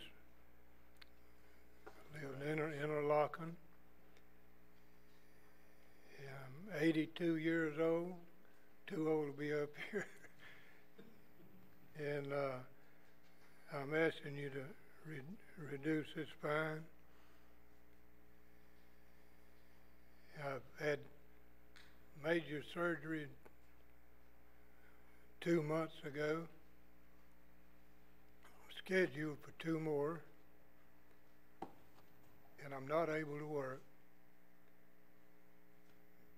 And I'm hoping you get this thing to $500 that I brought with me where I can pay it and clear this up. And I guess that's about all I got to say. Any but questions I'm of not Mr. able to Clements? work. The doctor told me that if I'd keep taking the IVs and stuff I'm getting, that he'd keep me alive another 10 years. So I don't know if I want to live to be 92 or not. Okay. Commissioner Harvey? Sure, could I just one more thing? Okay. Charlie? Mr. Clements, I understand, is a little bit nervous about this. He has put a lot of work into this property. His intention is to put a mobile home on this and make it a tax-producing property once again. I applaud him. He's had help with his family and everything cleaning up this property. So this is something that I think that the county should really take serious consideration. He's doing exactly what we had hoped that our citizens would do. Okay. All right. Thank you, Commissioner Harvey. Thank you, Mr. Chairman. Mr. Clement, the original amount of the fine was $24,000, and proposing right now that we go to $2,900. So it's almost a 90% reduction in fees. These are our hard costs, though, and we are looking at that, trying to recoup our hard costs. The abatement hard cost was $1,649, and that is we put that money back into future abatements that need to take place. So you're asking today, did I hear you say you just want to pay out of the $2,976, you want to pay just $500? Is that what I'm hearing? This seems like a little money to you, but if no, sir, it's not a little money. If you don't have it, it seems like a lot to me. It's not a lot. It's not, but we did reduce it down 90% already. It's not a lot of money. It's a lot of money to me also. So I'm just trying to ask, what do you want done? If I can't pay this, I'll have to let it go back myself. And it'll be sold again. I was the only one bidded on it, and I think this is why I didn't know this. If I'd have known this, I wouldn't have bidded on it. I'd like to get it low as you will. Mr. Chairman. Okay. Commissioner Turner. This is another one of those tax deeds purchases that basically if it had come back to the county, it would have been something that we'd have had to spend to abate again on top of having to abate it previously because of the extra garbage that was on there. I see this as being like the program that we've instigated, trying to sell properties, even if it's only for $1, if it needs abating, to get the property back on the tax rolls and get it cleaned up, knowing that we can't clean it up. I think that Mr. Clements has done a fine job buying the piece of property from tax deed like we wanted it done, instead of just letting it go by shipment back to Putnam County. And then went in there and cleaned it up and spent the money and did the things he needed to do to become a good neighbor and to bring the property up to compliance. And it looks like all that's been done.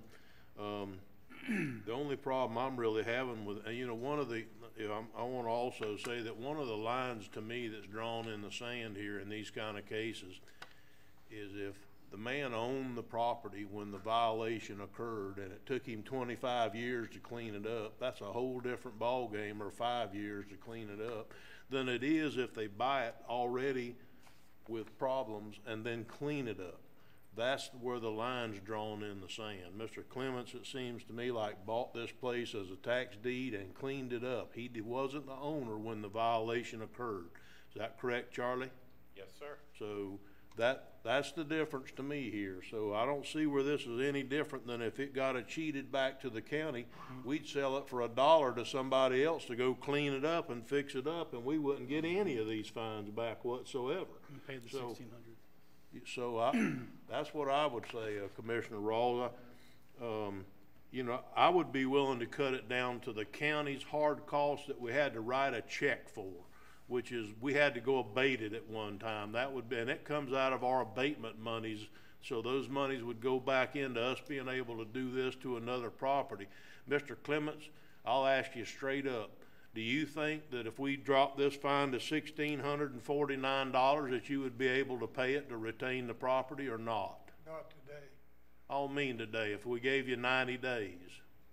I could probably do it then. Okay, Mr. Chairman, my motion would be that we drop this fine to our hard abatement cost of $1,649 and give Mr. Clements 90 days to pay. Second. Yep.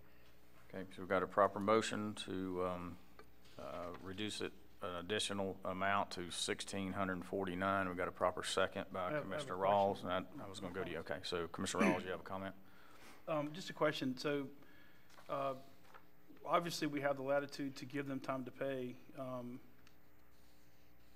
3 months, 4 months, 5 months. I guess going forward, if these numbers are larger, is there any issue with if we gave somebody a year to pay a fine like this? Would that be an issue, or is there a time, any time constraints by ordinance? Mr. Chairman, I don't know of in past if there's been an issue. It's just at some point you want to try to be lenient on somebody that's doing the public good, but not so lenient that basically you give somebody a year and you're back in the same spot again in a year. That's why I asked him if he thought he could do it in 90 days. If he told me no, he needed 4 months or 5 months, I'd have gave it to him. I mean, I'm looking forward at other issues that might come up. I understand, have bigger sir. numbers. You're right. Yes. Right. Charlie, do you have a comment on that portion? We have, excuse me, 1 second. We've had issues in the past. We've had people before you folks and been given fine reductions and been given a year, and it seems the longer it takes that they just fall off the grid and we start all over again. So that's why code enforcement does recommend the 90 days. Okay. And also we do take the latitude if one of your constituents are working with us, and like Mr. Clements were to call me and tell me that I don't have it now, but I'll have it in another month, we do work with them with that. So as you know, our whole thing is voluntary compliance. We want people to comply. We do not say, sorry, too late, it's done. We work with people. Okay. Thank you, sir. Thank you, Charlie. Mr. Chairman. Okay. Commissioner Harvey? You know, Mr. Erkman, I appreciate that comment, but, you know, I think when the board says 90 days, it's 90. And if we need to make some type of concession for you to be able to work outside those parameters, I'm all for that.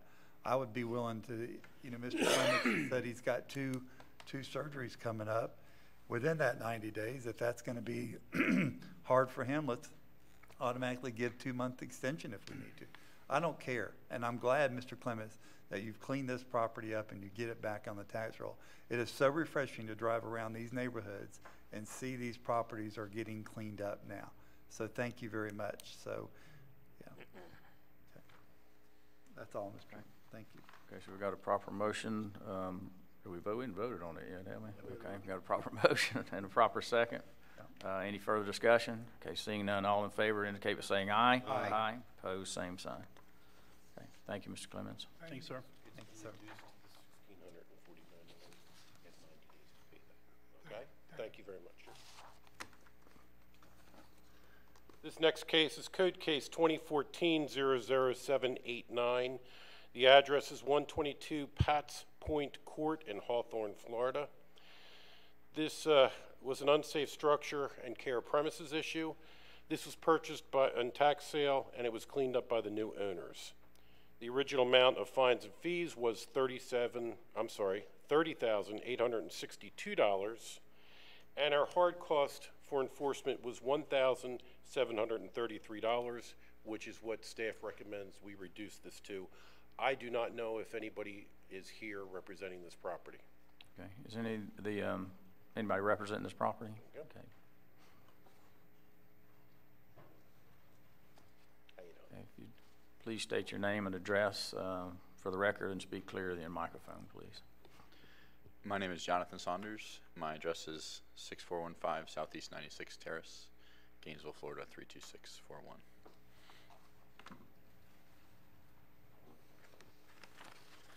So, this is a similar case. We bought this property down the street from my buddy.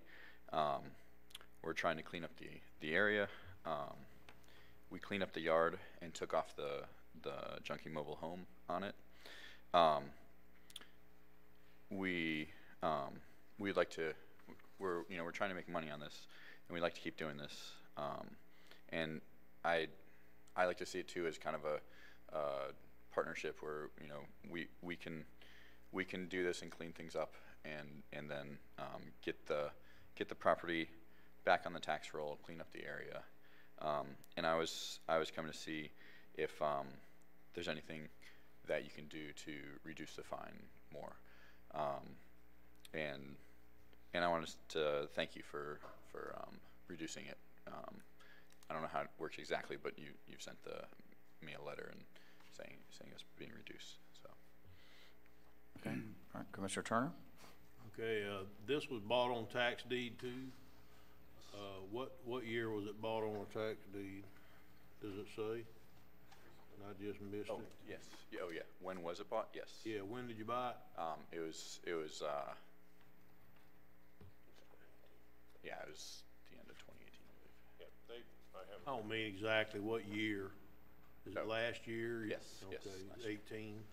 Okay. 11/8 of 18 is when we received. November. Okay. And then we sent them notice. They came in and they put in for a demo permit for the mobile home around December, and they had it demolished in January. So they moved very quickly after getting the property. They actually pulled a permit too. How about that? And pulled a permit.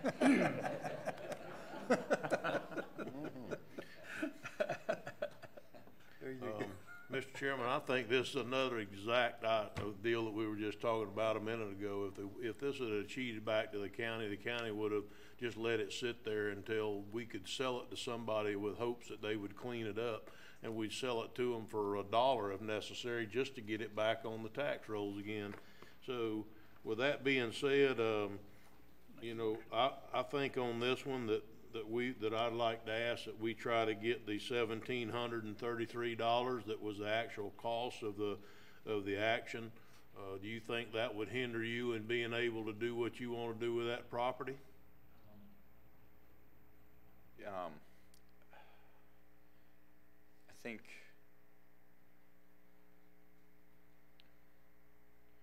it would. I mean, I think it would be possible to do what we're trying to do with it. If we could get it reduced a little bit more, that would help us with funds right now. Is there a breakdown, Charlie, or Mr. Erkman? Is there a breakdown in here anywhere of what was done as far as fines and violations previous to November of 18? Well, yes, I have that where the fines are running. If I could make a suggestion, the one thing that is not a hard and fast cost would be the administrative monthly fee of $10 per month. That covers us checking up on the property, going back and making sure that there's been no new ownership or anything, and it seems to be a number, that $410 for that $10 a month fee seems to be something you all should be able to work with pretty well, and that might help in this case. Well, I was thinking along the lines of, like I've said earlier, and I still believe hard that if you didn't create the problem and you bought the thing and fixed it up, you should not be responsible for what happened before you took over the problem. I'm on the same page of the prayer book, sir. You know, when I was chairman of the codes board back when there was such a thing, instead of a magistrate around here, that's something that we tried to believe in through the whole process, is that we weren't sitting there to make money. We were sitting there to get compliance and have the county cleaned up. That's why we were there. That was our job. Get people to comply. It wasn't to make money. And so that's where I'm alluding to here today, and I did at the last reduction hearing, is that I believe that it's not our job to make money off these cases. It's to get them to come into compliance and get them back into the taxpayers' hands to where they're part of the tax base. So I'd be willing and open to suggestions from other commissioners. Mr. Chairman. All right, Commissioner Goddard's next. Yeah. Mr. Erkman, Yes, sir. how much was the demo permit? There is no demo. I'm not sure. I wouldn't have that information here. I could find it, but they're Usually, normally about 80, usually 80 $50, Commissioner. Oh, 50. 84. $84. Excuse me.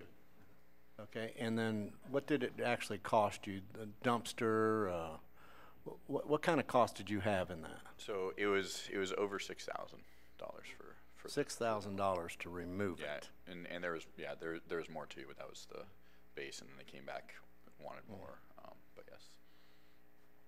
Okay, $6,000 after you got through with paying the contractors, paying the, did they handle all the removal? They handled most of the removal. We came back and we needed to remove. There's a deck and a lot of debris that was left there. So we thought it was actually done, and then we had to come back. So. Okay. Thanks. You have a question, Commissioner Harvey? Then we'll go to Commissioner Rawls You know, after that. what I love to do is sit up here and listen to the debate, because it does make you want to change your mind. And what I just heard is you spent $6,000 to clean up this piece of property. I have to go with Commissioner Turner on this. We almost should be paying you to take this property off our hands and clean it up based on the cost. I mean, really, we appreciate that.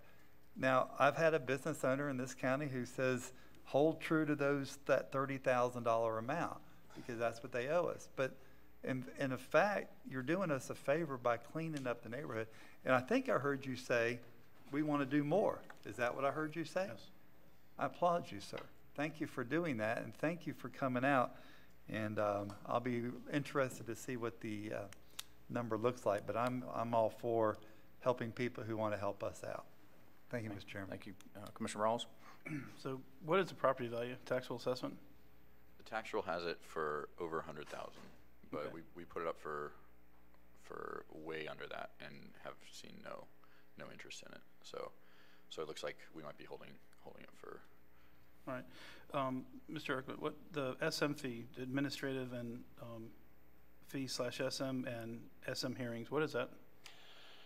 The SM hearings, special magistrate hearings, that's the $100 administrative fee. There was 3 of them, so that's why it's $300. And in order to get to the point where we are going to abatement or foreclosure, you have to have the findings of fact, conclusion of law, then where we actually place the lien. 3 months after you put a lien, then you can go for an abatement or foreclosure.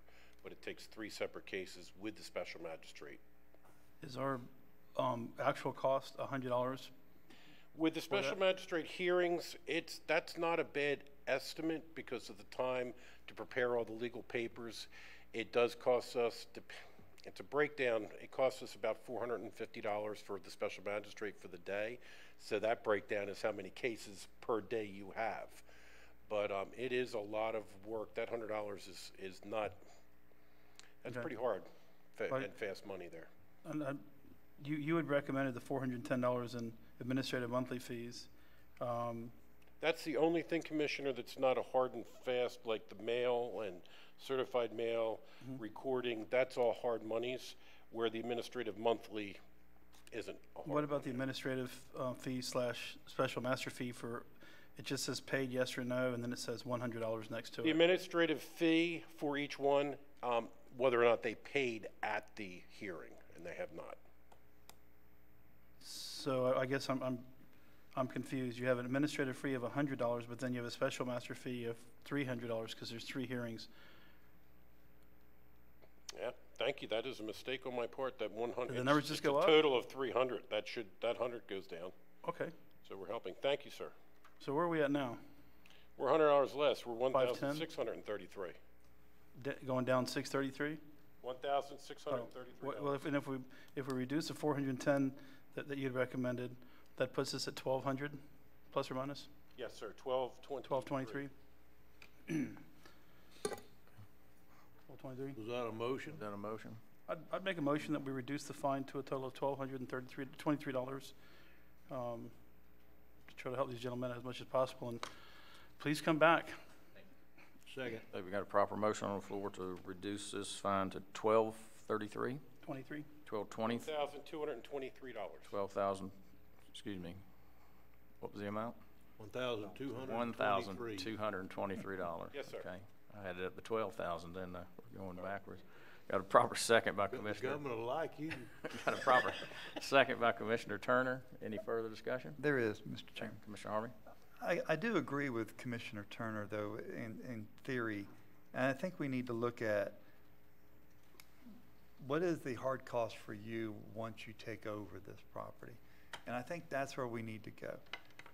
So in the future, I'd like to have that conversation of, what's done in the past is done in the past. Now someone's come in and spent $6,000. What's the cost to them at that point? What would be the hard cost to them? I'm not sure how I could get that information to present it in the I know meeting, that, sir. and I don't. We'll work Yeah. on that, but yeah. Commissioner Turner? I think we need to be real careful with that, and the reason why is, I think I'm trying real hard not to set a precedence here that basically all you have to do is sell your property to your brother and go on and clean it up and wipe out 30 years of code enforcement fines against you. So I'm trying real hard and trying to be real delicate. Do you stop paying taxes, then go buy the 3 certificates, go put them up for a tax deed auction, and all of a sudden you've just wiped out 30 years of fines. So I know that on one hand we're trying to get these out of here. On the other hand, what do we do with the 40 of them that are sitting on Charlie's shelf over there next door that we can't foreclose on because we don't have the money? And so basically they're just sitting there. We got all these fines that are unpaid. This commissioner feels like it's very unfair, if not downright wrong, to go and foreclose on somebody's property and then the county not go and bring it into compliance. That's just wrong. They ought to be able to just keep their property if there's nobody going to take care of it after the sale. And so, I think that that's what we've got to be careful of here, is that not sets any kind of a precedence if we can't, even though this is exactly what we're trying to do. That's right. So I don't know the answer. I just wanted to make the comment. Mr. Chairman. Okay. Commissioner Rawls? Administrator Suggs just pointed out, I did not include a timeline. I think we should include the same 90 days. That's appropriate. Yeah, Okay. Second. Okay, you want to amend your motion? Okay, to add the 90 days, and so you amend the second to add the 90 days. Okay, any further discussion? Okay, all in favor indicate by saying aye. Aye. Opposed, same sign. Okay, thank you.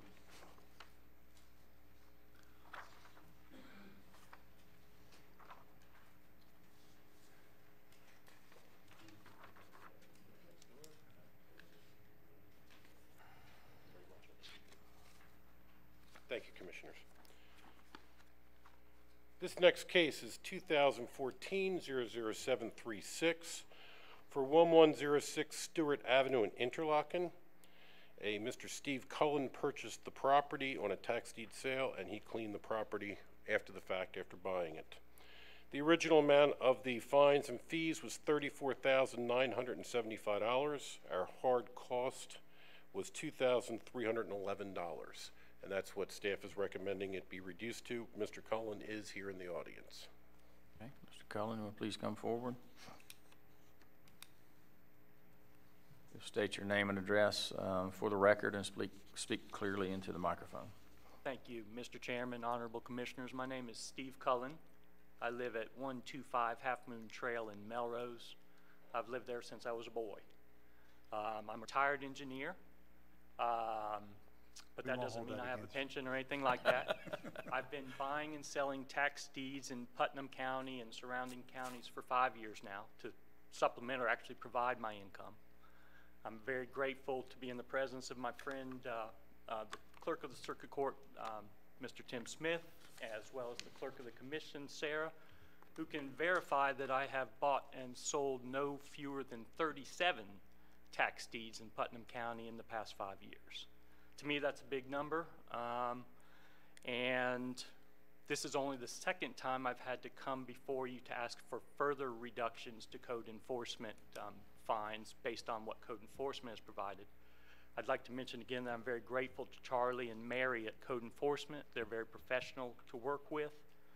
The last time I came before you, and some of you were commissioners, it was in February of 2015, and not only did I get a feeling of support from community leaders, but also the Director of Planning and Zoning at that time spoke to the same types of things that Mr. Turney is speaking to today.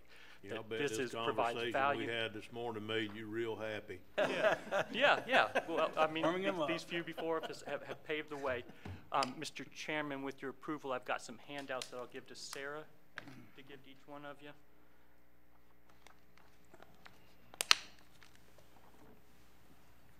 Actually, Sarah, I'd like to speak to this specific property. I bought this on a tax deed in November of last year. No other bidders. You can tell by the first picture that this was a bad one. And this is on Stewart Avenue, which is in Interlochen Lake Estates. We talked about Interlochen this morning. This one was visible from the road, and you can see what it looked like. Well, not only was it terribly unsightly, it was dangerous.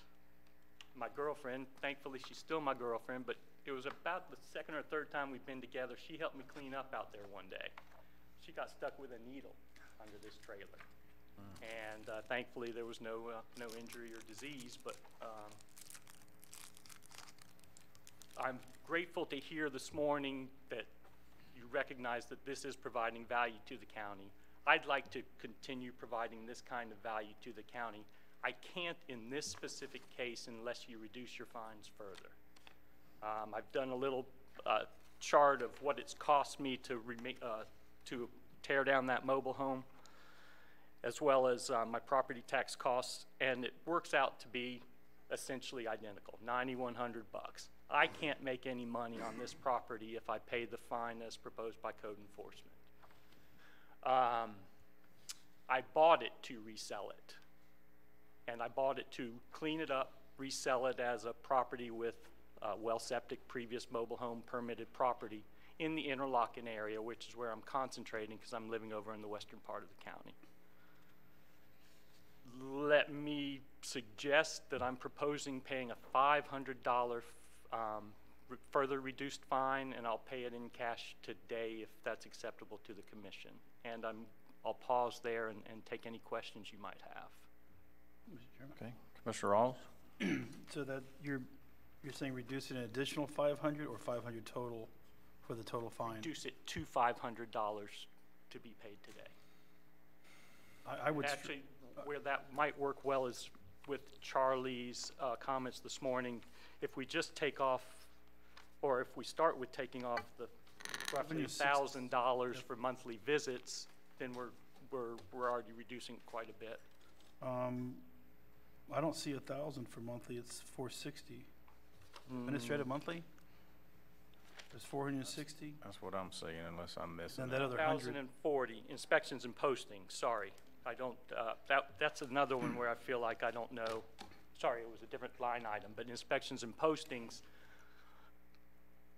I'm not certain that there was $1,000 worth of inspections and posting, but I don't know. I'm not questioning it, but I'm offering to pay $500 on this property to enable me to continue doing this work. And I'll add that I've got 12 tax deed applications in with the county right now. So I'm not only wanting to continue doing this work, I want to accelerate it and return these properties to tax-paying status. Thank you, sir. Personally, and as a business owner, I can get to the 560 based on what we've done today. You know, in business, it's risky, and you win some and you lose some. So if your goal is to break even or make $1, I think we can get you there.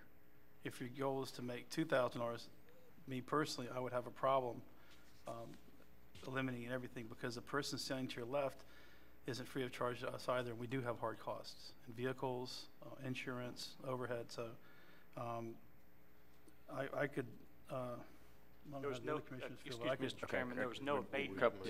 Sir? There was no actual hard costs in terms of abatement, which is one that we often talk about. Right. Do you think Charlie Commissioner Turner? works for free? Pardon, Do sir? you think he works for free? I think that's a pretty hard cost. Yeah. No, sir, and I'm not proposing zero for that specific I was being reason. smart. I'm sorry, Steve. I'll try to be better. I think that what we're doing here, Mr. Chairman, we need to be very careful that we remain consistent from case to case to case. The case previous to this one, we came in here and we dropped the administrative monthly fee, and we dropped the extra $100 for the extra administrative fee that he put in there twice earlier and said it was a mistake. I think with the same mistake as on this one, the 100 and the 300 still on there. Right, so if that's the case, then we can knock 560 off, which would put us, if we just remain consistent, at $2,151. Mr. Chairman, I move that we reduce this case to 20.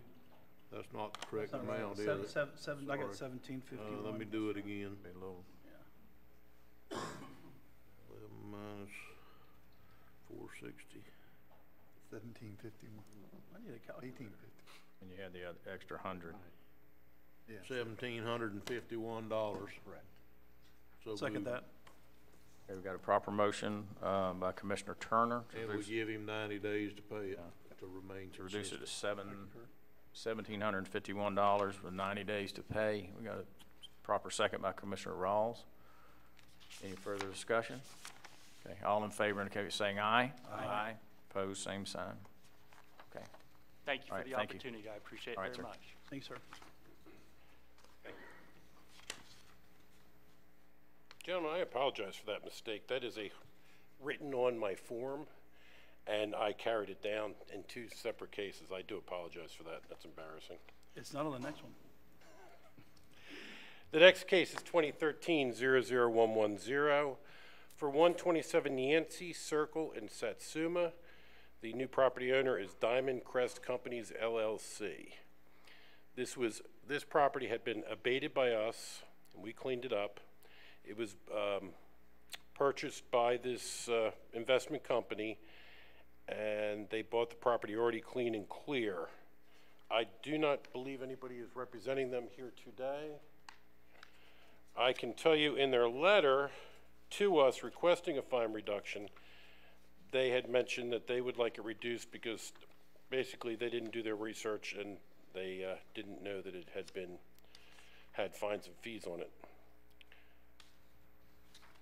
So we're recommending that we reduce it. The abatement cost of this was $2,250.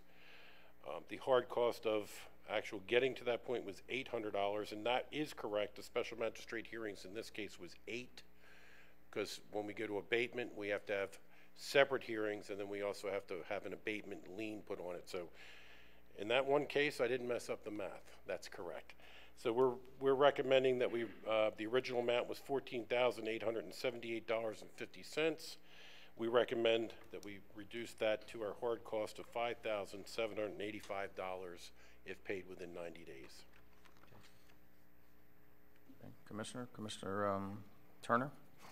Mr. Chairman, I was just basically wondering how he wound up, how did he get this property? How is it a tax deed? Did he buy it on a foreclosure sale? I think this was a foreclosure sale. When the violation occurred, did he own the property? No, sir. They bought this, and it's a quick letter they sent. I'll read it to you, sir, because it's really addressed to you folks. Dear Putnam County. I see that. You saw the letter? Yes. You don't want me to read it in the record? But it doesn't really say where he got it at. He said he bought the property, I own the property, in January of this year, but he didn't say from where he purchased it. There were no liens, he thought.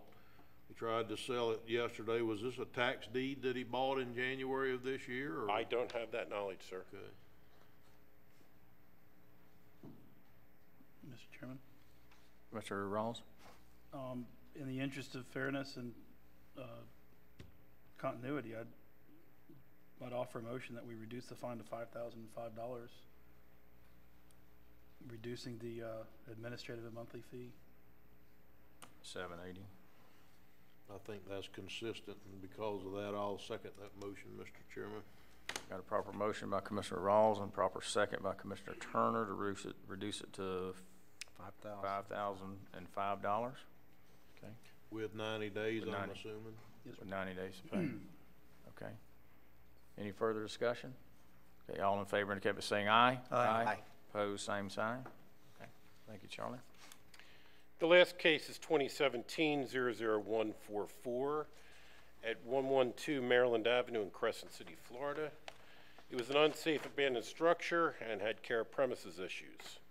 This was purchased by Mr. Cartwright, who's walked up here. And Mr. Cartwright purchased it on a tax sale, and as he's done on many properties, especially in the River Park East area of Georgetown, he came in immediately and got a permit, cleared the property. I was the building inspector did both inspections on it. I don't think he had the property a week. He was in there clearing the thing up.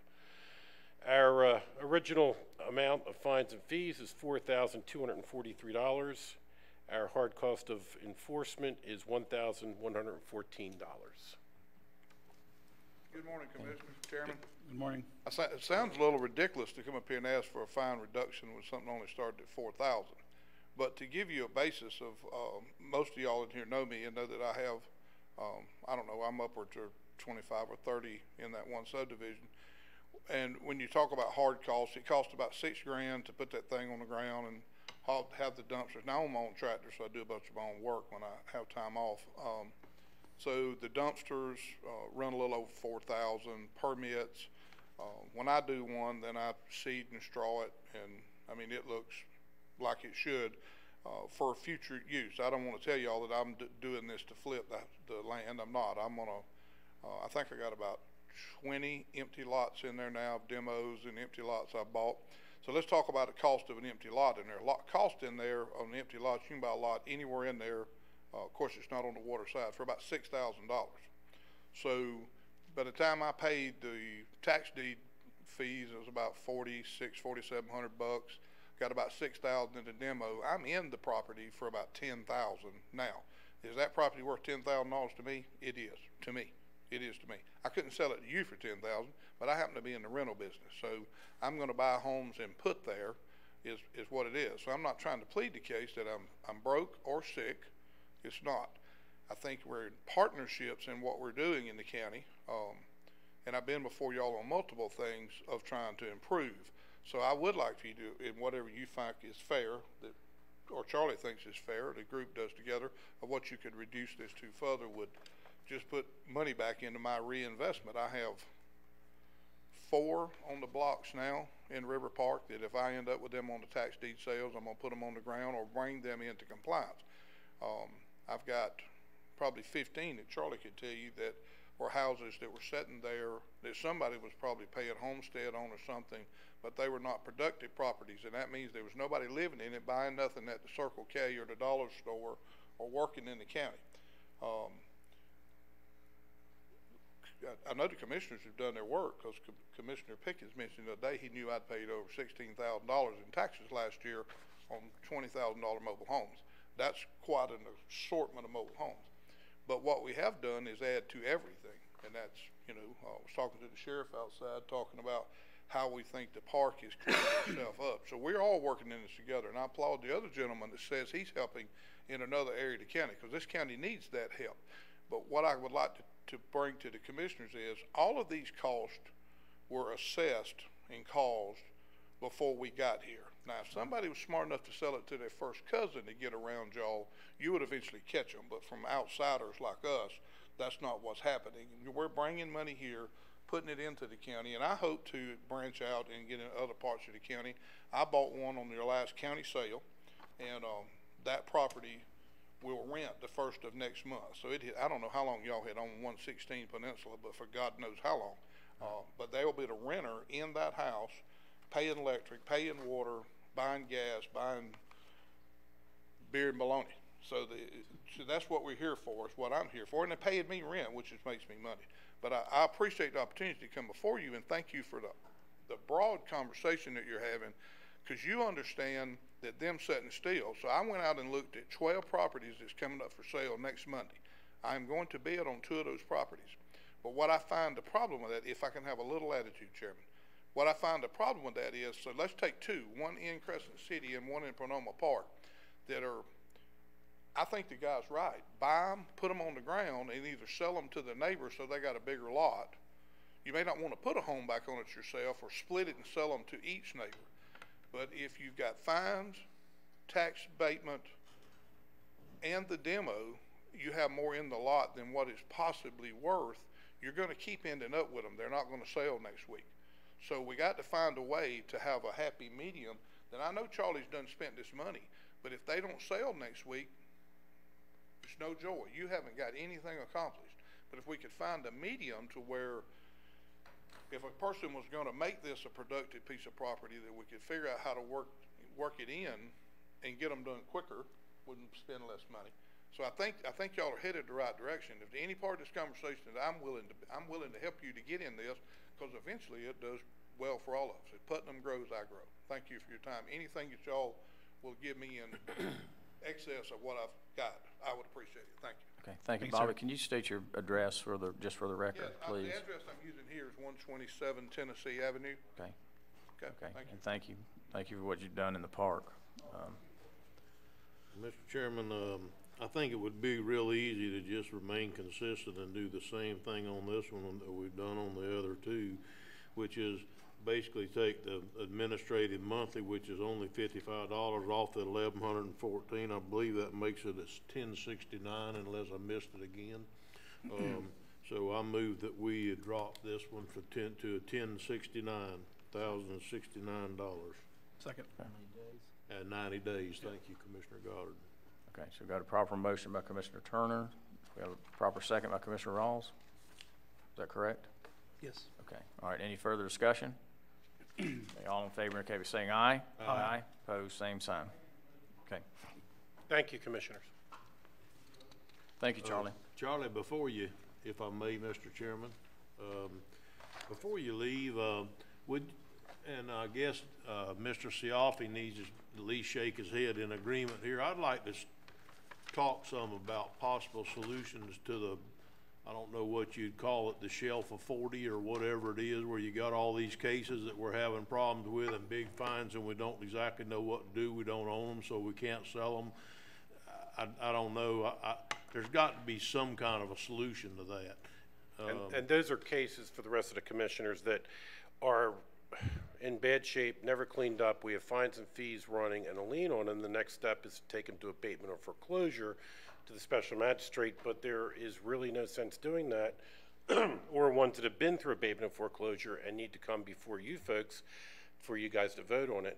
But we have 40 houses on a list now that we can't afford to abate. So basically, Mr. Siafi has instructed me to keep them on a shelf until such time as we have money to do something with them. Well, also, I'd like to know if we have some kind of an idea or a budget figure on what somebody around here thinks it costs to go ahead and abate some of those properties. I know it's not very popular and it's not very sexy, but I'm not so sure that we don't need to start doing some of that. A single wide is usually, from what I see, historically about 5,000. A double wide to clear off, depending on the debris on the property, is between 6,000 and 7,000. Well, I know there's 40 of them, but I think we need to start with age and move from the back to the front. But then if we decide to abate them, maybe that's the way we go, and then go ahead and let them go from there. Has somebody been paying taxes on the property? If they have, then that's maybe not so good. Because we can't get our money back unless we foreclose on the abatement. So anyhow, like I said, instead of getting into the weeds today, if we could just maybe do a workshop presentation, keeping those in mind, along with, I know that we've got general services, we've got some stuff going on too, trying to sell those other properties that we do own. Maybe we could have a little update on all that. Does next Tuesday give you enough time to have this update? Aren't we having a workshop Tuesday a week from today? Do you think we could get that maybe on that workshop, Mr. Suggs? We can bring an update as far as where we're at with the sale of the properties, Well, and then we can talk about the abatement new process. stuff here that we haven't really talked about yet. Your agenda's getting heavy, but we'll figure it out. I'm gonna call it the shelf of 40, just where everybody will know what we're referring to. If everybody doesn't know, there's 40, literally 40 files over there that need abatement that are on a shelf that we don't own, and we haven't put money in to abate them. So I think we need to at least start talking about what we're doing. And I think this is a good place to start. It was my decision, just so everybody's clear today, to hold off on moving forward on those 40 till we got the others cleared out that we're going to be selling and getting through the process and getting some of these cases cleaned out that Charlie found that needed to have the fine reductions heard by U5. So it's just a process, and yes, we'll go ahead and start that conversation about the shelf of 40. I hope you don't think I was being critical at all. I'm just making sure that staff understands it was my decision. No, I get it. Not Mr. Ciaffi's or Charlie's. I don't Charlie's. think I'm being critical, guys. I just would like to start having that discussion on what do we do. We're trying to clean this stuff up, a section at a time. So I think we're making great progress here. Thank you. I got a question. Okay. Commissioner Rawls. Regarding this, is it possible to set a policy that would give these guys a latitude to reduce that extra amount without having to come in here, or give them a plateau that if they stay below that, in this case, I think our maximum was $550, but going in there and somebody comes in for a fine reduction, I'd like you to say the commission's been doing this in the past, and this is it. Commissioner Turner? I think we'd be setting a terrible precedence if we started letting staff without commission approval reduce a fine from $34,000 down to $2,000-3,000 or whatever it is. I think that needs to come to us. Okay. Mr. Ciaffi? Good morning, gentlemen. I think the ordinance calls for you guys to approve those lien reductions, so I kind of like to keep it at that. It's your money, so. I just wanted to keep talking long enough that you just had to walk I know. It's so wrong. Just can't stand it. Thank you, Mr. Chairman. That's all I have. Charlie, do you have another comment? No, sir. Thank you, commissioners. Okay. Thank you so much. Thank you for your job, Charlie. I know that you and Tom and them really catch it in that codes deal. I know you've switched over partially into building inspections, but we still appreciate it that you're helping some in codes too. Julie, did our air conditioner bust? It's hotter than hell up here. Oh, it feels good up here right now. Thank God. I'm thawing out. I think she went over and she made a slight adjustment a few minutes ago. Yeah. Okay. We'll move down to item 8, closing comments. Mr. Tim Smith. Thank you, Mr. Chairman, and to Commissioner Turner's chagrin, I do have a couple more comments. That's no chagrin to me, my friend. I know, and if I have the opportunity, I'll do it again. So just so we know that. Just because I got you to be vice chair of the insurance committee. Yeah, I know it. Right? Yeah. I'll pay back that for a long time. I thought it was interesting that we just had these code enforcement fine reductions come up here that resulted from some of them a tax deed sale. So I wanted to mention that this Thursday there's a coffee and conversations meeting being held at the tax collector's office with Linda Myers and myself and some of our staff on the tax deed process. For many of you that know this, there's two parts to this. One, There's the tax certificate sale, which happens from the tax collector side. Once those tax certificates are held for the allotted amount of time by statutes, then the applicant can request a tax deed sale process. Then that moves over to the court side because it potentially is a taking of property, so they want that part to be in the court realm. So that comes over to our office, and then we hold a tax deed sale. Our tax deed sales now are online, and I actually wish that those guys that were here today would come down there because they really know the ins and outs of the tax deed process.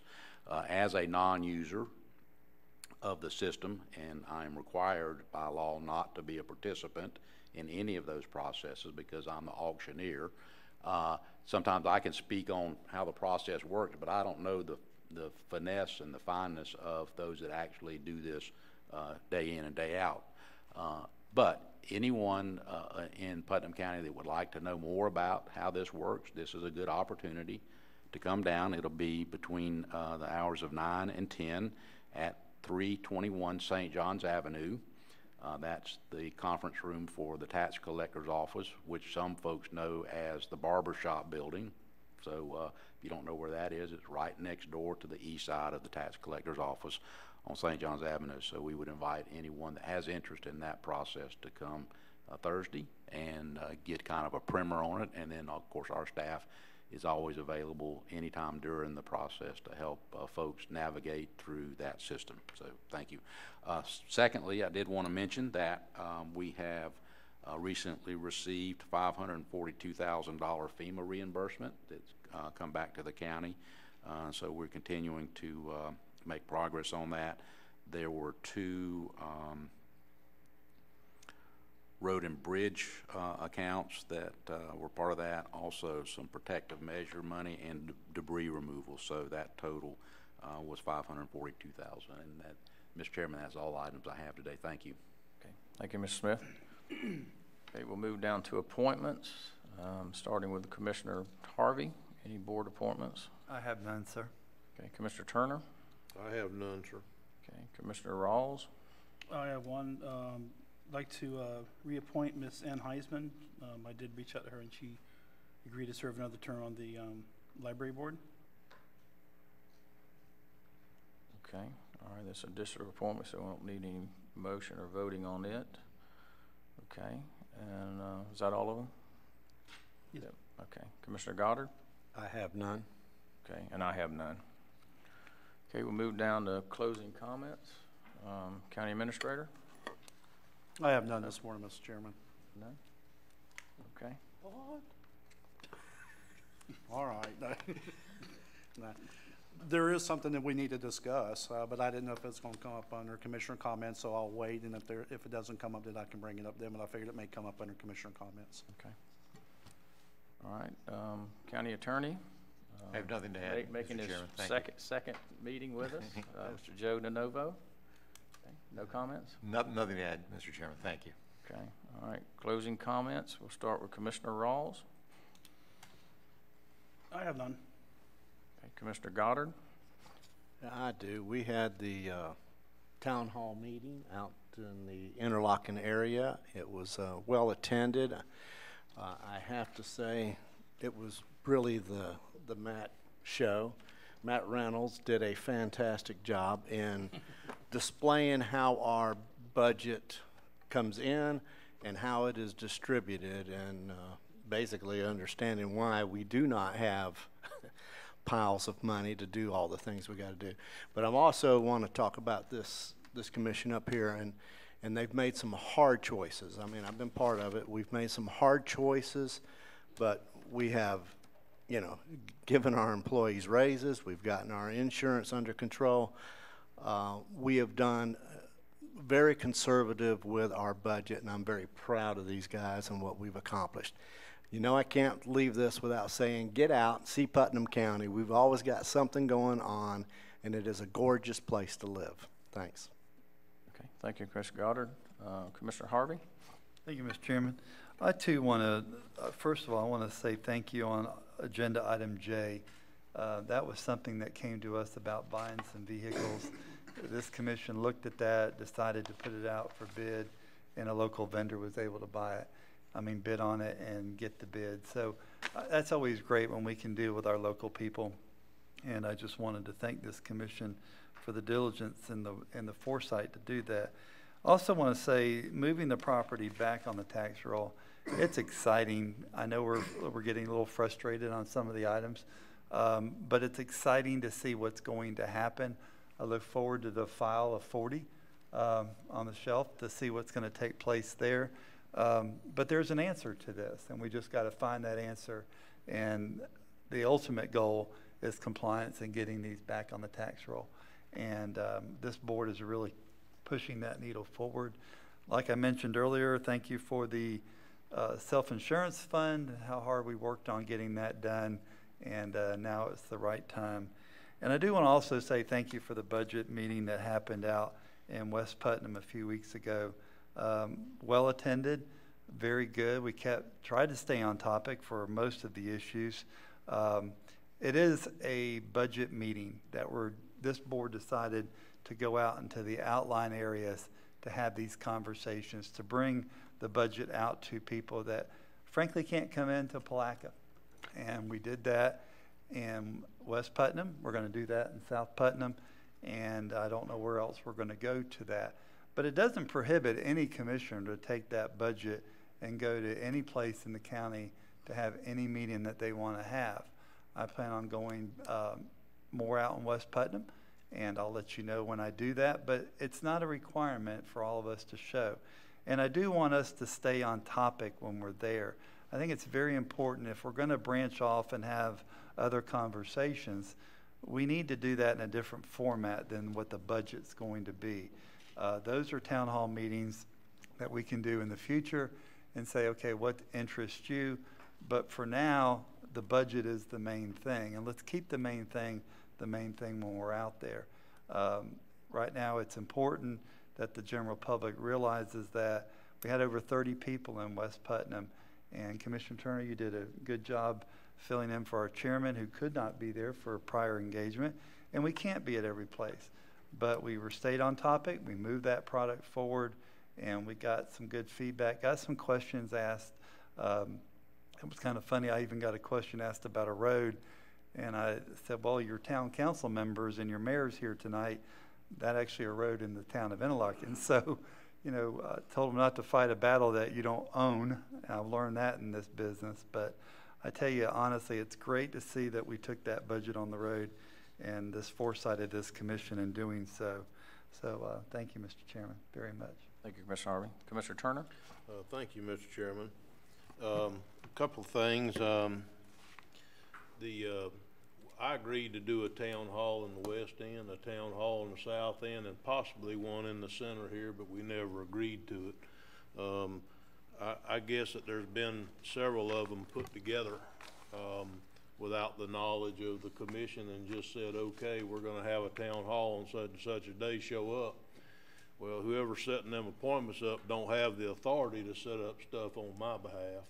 So I'm asking that before we set up any more town halls or whatever, that we talk about it at a workshop and we decide what date we're available, because we can't talk about it on the side. That's a sunshine violation. So we talk about it at a workshop. We try to come up with dates that we're available and if we want to meet. My case in point is the American Legion. I love them guys, they're fine, but the town hall is not a political event, and that's what they're trying to make this into at this particular instance, is possibly, after talking to Stan, is probably a political event. That's not what I signed up for on the town hall meetings. I think if we're going to have a center town hall meeting, pick a day. We'll have it at night right here.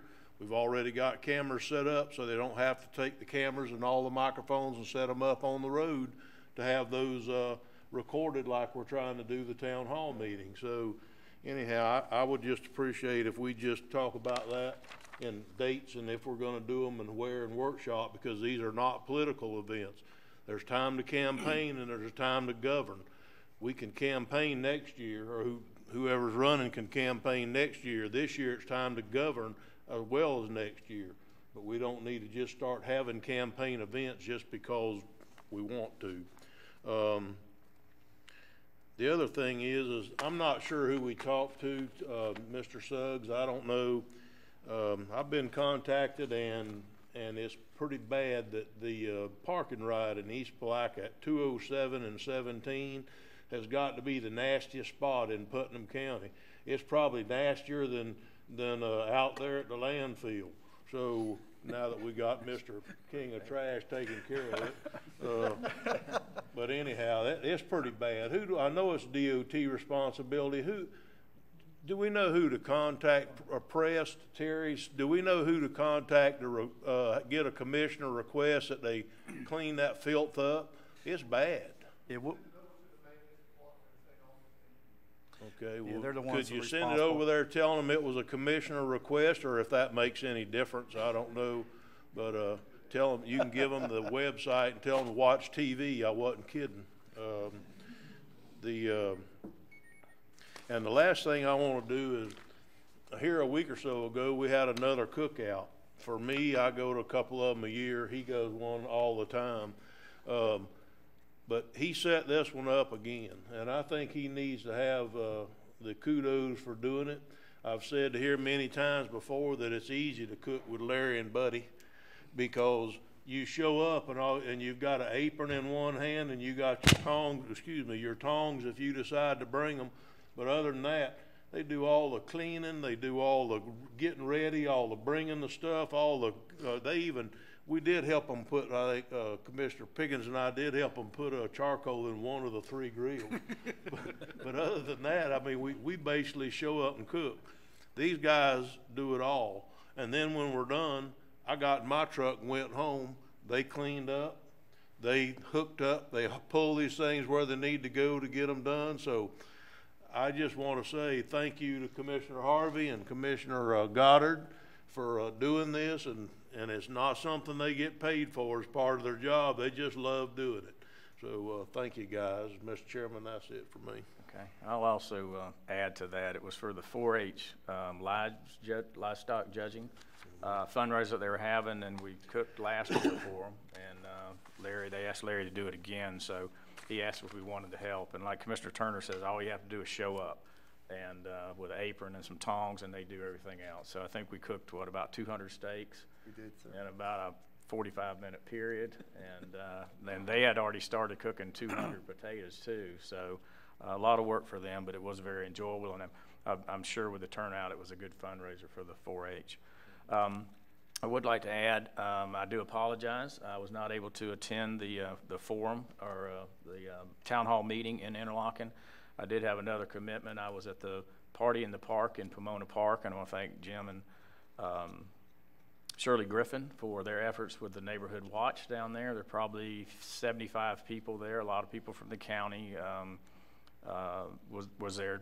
Representative Payne was there, some people from the State's Attorney's Office. Charles Overturf was there, so it was a good turnout. And I appreciate Vice Chairman Turner chairing that meeting for me.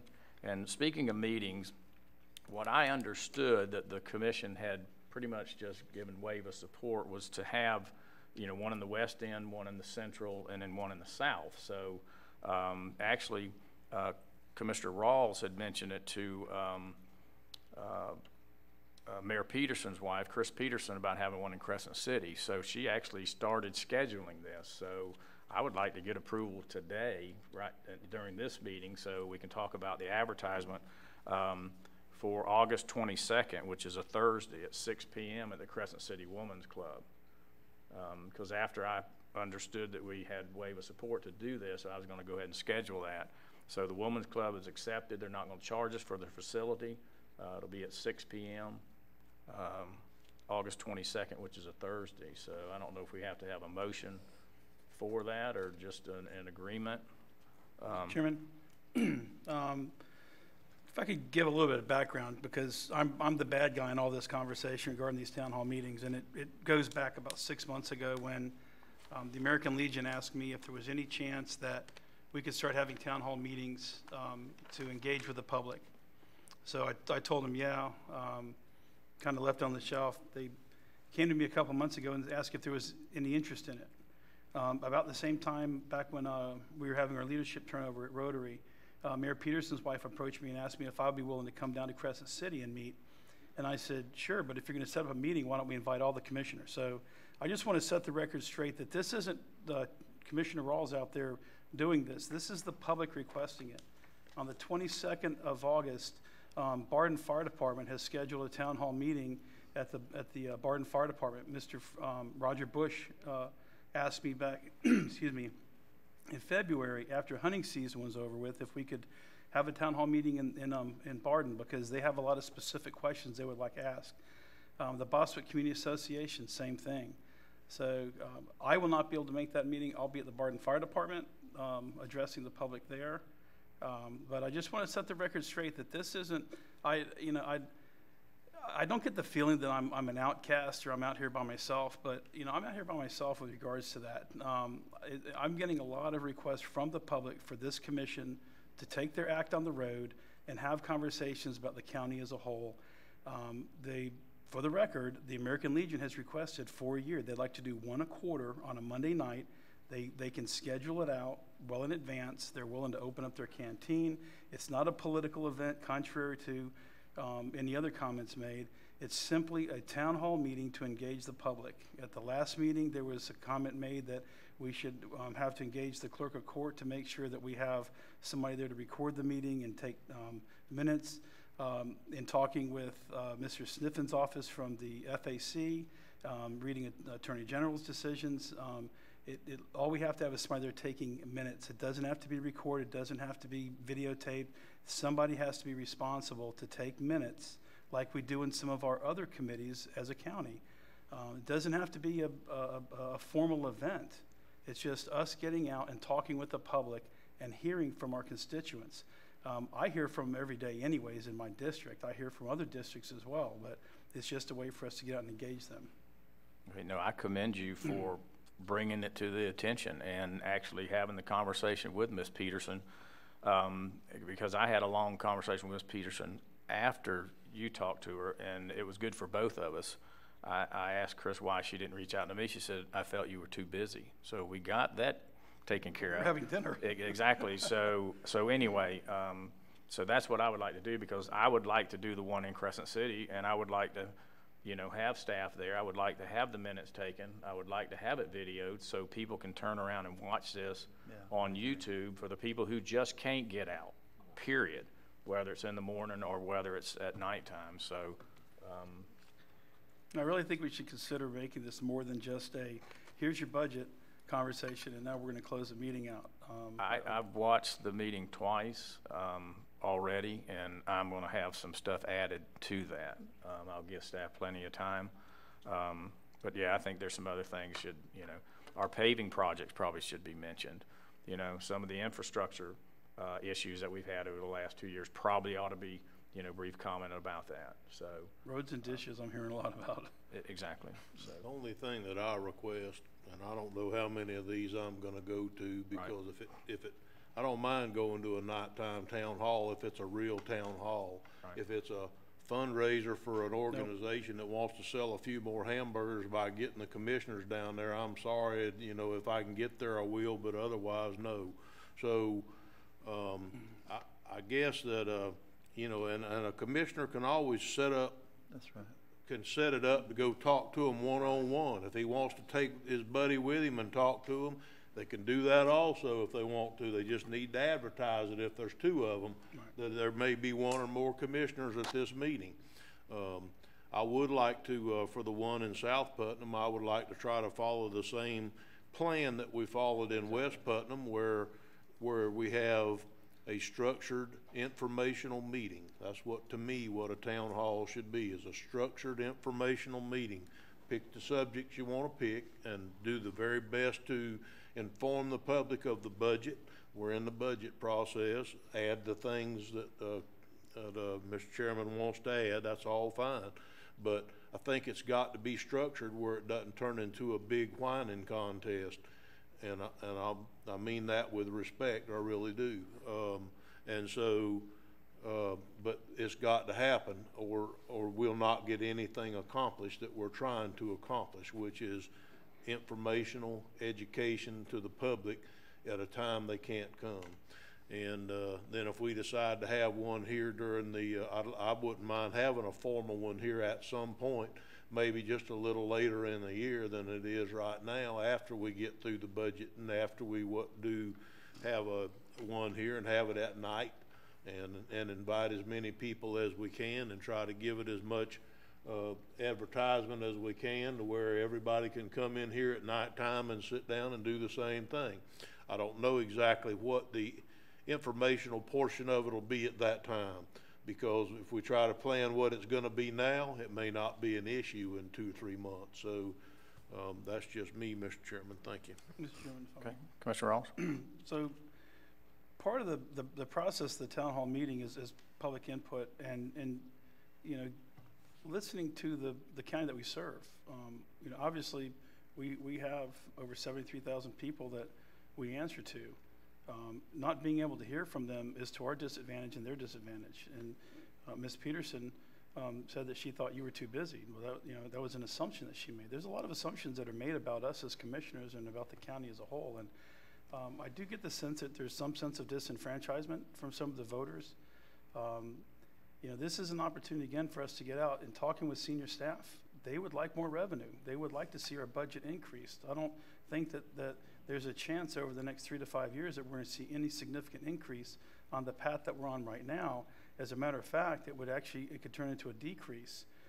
So I think that we need to get out there and have these conversations, because the public is the stakeholders. And in my estimation, and I know Mr. Turner disagrees, you know, we may have to look at other sources of revenue. It's been suggested by staff, and I think that we owe it to the public to at least have the conversation, see if there might be some buy-in from them, and if there is, maybe we come out with a different looking budget next year or the year after. But either way, anything that needs to be on the ballot in 2020, not saying this is a political issue, but if we were to look at proposing something, we would have less than a year at this point to get the public educated on what we're trying to propose, if anything. Well, Mr. Chairman, if I may, please, seeing how he brought this up, and it is a campaign issue, and hell no, I'm not voting for raising taxes or raising fees. The county needs to live within their means. If we get more money, we need to do it through a broadening of the tax base, not by jacking everybody up with more fees and more taxes. Yeah, you betcha. I'm not for that. So I think before we waste a lot of time on taking that show on the road, we would need a vote. Is there anybody on this commission that agrees with jacking up taxes and fees other than you? Because if you don't have at least 3 votes, you're wasting our time. I think it's unfair for you to say jacking up taxes when we're not talking about jacking up taxes necessarily. It's semantics, Jeff. Taxes, fees. Okay, well, we're not going to raise taxes. We're going to double all your fees. But if hear me out here if you wouldn't mind. So we balanced the budget this year, and we didn't have to raise taxes, and we were able to increase the reserves. But talking about semantics, what we did was we took positions that general services or public works or fire and EMS has that are vacant positions, and we use that money to bolster our general fund reserves. Then we'll turn around in the next budget year and spend it to replace a culvert or fix a failing road. So that's semantics. But at the end of the day, if we're running fully staffed, spending all of that money, we would not have seen that increase in general fund reserves. We wouldn't be in the position we're in right now. And as time goes on, if we start filling those positions, we could be in jeopardy of actually going backwards, where we are deficit spending, cutting into our reserves, but by no means covering our basic necessities. And by the way, we didn't give the tax collector, the sheriff's department, or the property appraiser any of the requested money. And there was a whole page of requests by staff for $60 million other dollars. But I know. I'm sorry. I mean, I want to make one more comment, then we need to move on. The Gator has to take me and let me sleep. I'm just what Mr. Harvey said. Sometimes you change somebody's mind. You know, I think that it's very important to note that we gave all the constitutional, all the money they asked last year. Right. So we didn't this year because we wanted to take care of some deals. So, you know, we are broadening the tax base. Seminole's coming online here before long with some of their money. The GP paper machine's gonna pop up, and I know we don't get much first 3 years, but the next 2 years we get 20%, and the 15 years after that, we broadened our tax base. Estimated $16 million, I think the number was, and I'm doing it by memory. So we are broadening the tax base, and it's getting a little better as we go. That's where we got the money last year to give to the constitutionals. That's where we got the money this year to be able to do what we did. And I'm looking forward that there's going to be some growth next year. I'm trying to remain optimistic that there is. That's the money we need to use to try and drop our millage rate while still maintaining our status quo in the county. So that's me. I don't think we need to raise taxes and fees. I'm sorry. So anyhow, thank you, Mr. Chairman. Mr. Chairman, I think the comment on the floor is August 22nd meeting, and I support having in the Do we need a motion for that? Well, I think I don't think so. I think we just need to have a consensus. Agree on it? Yeah. 22nd.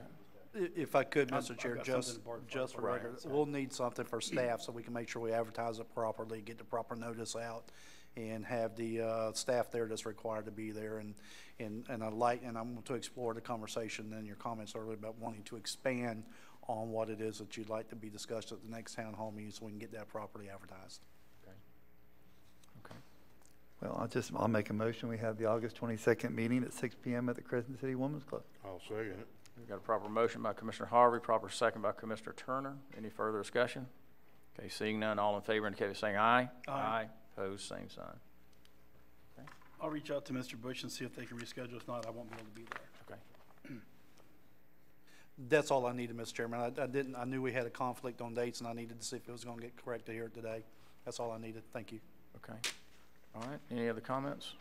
Okay, we have a 2 o'clock workshop. Any further business to come before this commission? We stand adjourned.